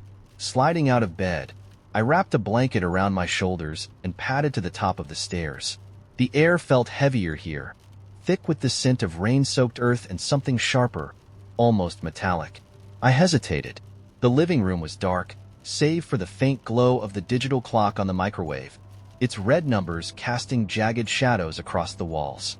The music seemed louder now, coming from the far corner of the room where an old piano sat collecting dust. I hadn't touched the piano since I'd moved in. It came with the house, an antique relic left behind by the previous owner. Its keys were chipped and yellowed, and half of them didn't even work. But as I descended the stairs, the music grew clearer, the hum and chime weaving into something almost like a lullaby. The piano bench was empty. The air around it felt wrong, colder, denser, as though the storm had seeped in through the walls and pooled there. I reached out, my fingers brushing the edge of the piano's lid. The music stopped. Silence crashed down like a hammer, and for a moment, all I could hear was the ragged sound of my own breathing. Then something shifted, just on the edge of my vision. A flicker of movement near the piano's reflection in the darkened window. I whipped around, but nothing was there. The storm raged on outside, wind rattling the windows and their frames.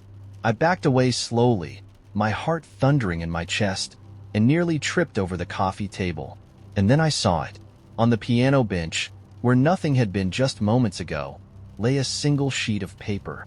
It was yellowed and brittle, its edges curling with age. I don't know how I missed it before.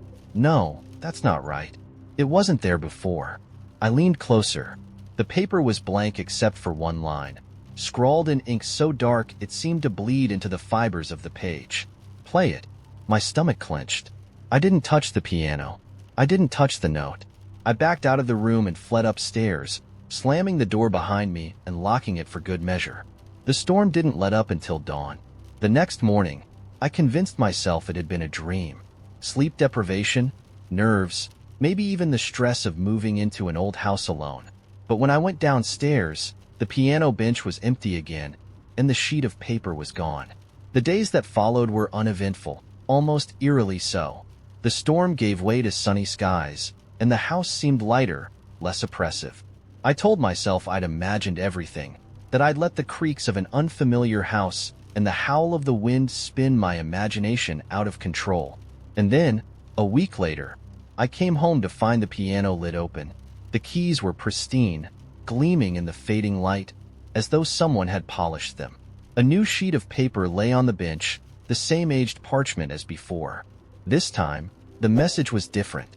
Keep going. A chill crept up my spine. I wanted to throw the piano out, to hack it into pieces and leave it on the curb, but something in the back of my mind whispered against it. Instead, I closed the lid, threw the paper into the fireplace, and spent the night in the spare bedroom, as far from the living room as possible. The music returned that night. It wasn't the soft hum of before. It was harsher now, discordant and jarring, each note slicing through the silence like a razor. It didn't sound like it came from the piano anymore. It was everywhere, reverberating through the walls, seeping into the air. And then came the whispers, low and guttural. They wove through the music, just below the range of comprehension. I couldn't make out the words, but I didn't need to. They weren't meant to be understood. They were meant to unsettle, to make me feel small, insignificant. When I went downstairs, I found the piano lid open again, the keys gleaming, untouched. The bench was no longer empty. Something sat there, hunched and shadowed, its form indistinct but impossibly solid. Its fingers, long, spindly, and too many, rested on the keys, poised as though waiting for me to come closer. The music stopped the moment I entered the room, and then it turned. No eyes, no face, just a sense of attention, sharp and unbearable, like a blade pressed to the base of my neck. The whispers grew louder, overlapping, cascading over each other in a rising tide of sound. I don't remember running. When I came to, I was in my car, the house a distant silhouette in the rearview mirror. The piano is still there, I assume. The whispers, too. But sometimes, when the wind picks up and the night stretches too long, I think I can still hear it, the hum, the chime, and the faintest echo of a voice saying, "Keep going." When I moved into the house on Juniper Street, I thought I was escaping the chaos of city life. The listing had promised a quiet neighborhood, a spacious yard, and a charm that only older houses could offer. And it was charming. Tall windows, creaking hardwood floors, and a staircase that seemed to curve endlessly upward. But the thing that really sold me was the attic. The real estate agent had called it a bonus space, tucked above the main floor and accessed by a narrow pull-down ladder. When I climbed up to see it during the tour, I'd been enchanted. Dust motes floated in the beams of sunlight streaming through a small, round window at the far end, and the space felt cozy, almost secretive. Perfect for storage, maybe even a little office or reading nook. The agent mentioned in passing that the previous owner had left a few things behind. Old junk, she'd called it. You can toss it or keep it. It's up to you. When moving day arrived, I was too preoccupied with boxes and logistics to think much about the attic. It wasn't until the evening, after the movers had gone and the house was quiet, that I decided to explore it properly. Climbing the ladder, I pushed open the trapdoor and pulled myself up. The air was musty but not unpleasant, and the dim light of the setting sun cast long shadows across the wooden floorboards. The junk turned out to be a collection of oddities. There were boxes of yellowed newspapers, a stack of brittle photographs, and an antique rocking horse with one missing eye. But what caught my attention was a trunk in the corner, its leather surface cracked and faded, the brass clasps tarnished with age. It was the kind of thing you'd expect to find in an old attic, dusty, forgotten, and steeped in mystery. I knelt beside it, running my hand over the cool leather. The clasps opened with a faint groan, and inside, I found what appeared to be a collection of journals. They were bound in dark, worn leather, each one numbered neatly on the spine. There were no titles, no names, just numbers, starting with 1 and ending at 9. Curiosity got the better of me, and I took the first journal downstairs, curling up in the living room with a cup of tea. The handwriting inside was meticulous, the kind of careful penmanship that seemed more fitting for an older era. The entries were dated, beginning in 1919. They were mundane at first, accounts of daily life, weather, errands. But as I read, a pattern began to emerge. The writer, whose name was never mentioned, seemed preoccupied with something in the house. They referred to it only as the guest. At first, the descriptions were vague, almost whimsical. The guest doesn't like the cold, so I've started keeping the fire lit longer. Or, the guest prefers the attic. It doesn't care for the main floors. But as the entries went on, the tone shifted. The whimsical notes gave way to something darker. The guest was restless last night. It scratched at the floorboards again. I must remember to lock the trapdoor. I didn't sleep well that night. Every creak of the house seemed louder, every shadow darker. By morning, I'd convinced myself it was just an old journal, the ramblings of someone lonely or eccentric. But the unease lingered. Over the next few days, I found myself drawn back to the journals. I read the second, then the third, each one more unsettling than the last. The guest wasn't a person. That much was clear. The descriptions were vague, but the writer spoke of it in terms that made my skin crawl. It doesn't like light. It watches from the dark corners. And later, I heard it whispering again last night. I tried to ignore it, but it knows when I'm pretending. It always knows. By the time I reached the 5th journal, I couldn't stop. It felt like peeling back layers of a nightmare I couldn't wake from. The writer spoke of rituals, things they had to do to keep the guest pacified. Salt lines at the doors and windows. Candles burned to stubs every night. It was angry tonight. I forgot the salt. I won't forget again. One evening, as I sat with the 7th journal, a sound broke the silence of the house. A faint creak, coming from above. From the attic. My breath caught in my throat. I told myself it was just the old house settling, that I was letting the journals get to me. But then it came again. Louder. Closer. Summoning every ounce of courage I had. I grabbed a flashlight and climbed the ladder. The attic was as I'd left it. Dusty, cluttered, silent. But the air felt different. Heavier.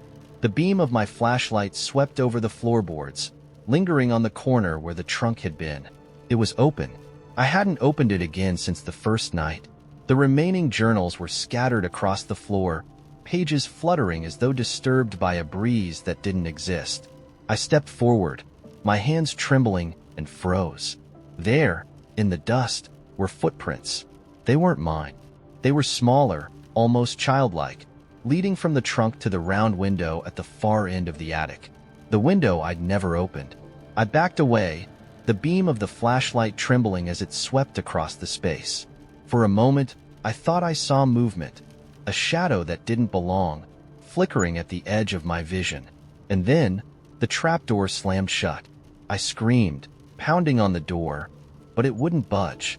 The attic was suffocatingly dark now, the flashlight flickering as the air grew colder. And then, from the corner, a sound. Soft, deliberate, a whisper. I didn't understand the words, but the intent was clear. It wasn't a request. It was a demand. When the trapdoor finally opened, hours later, or was it minutes? I didn't look back. I grabbed my keys and left, leaving the lights on and the journals where they lay. I haven't returned. The house is still there, waiting, and sometimes, late at night, I dream of the attic, of the whispering, and of the guest, watching from the shadows, waiting for me to forget.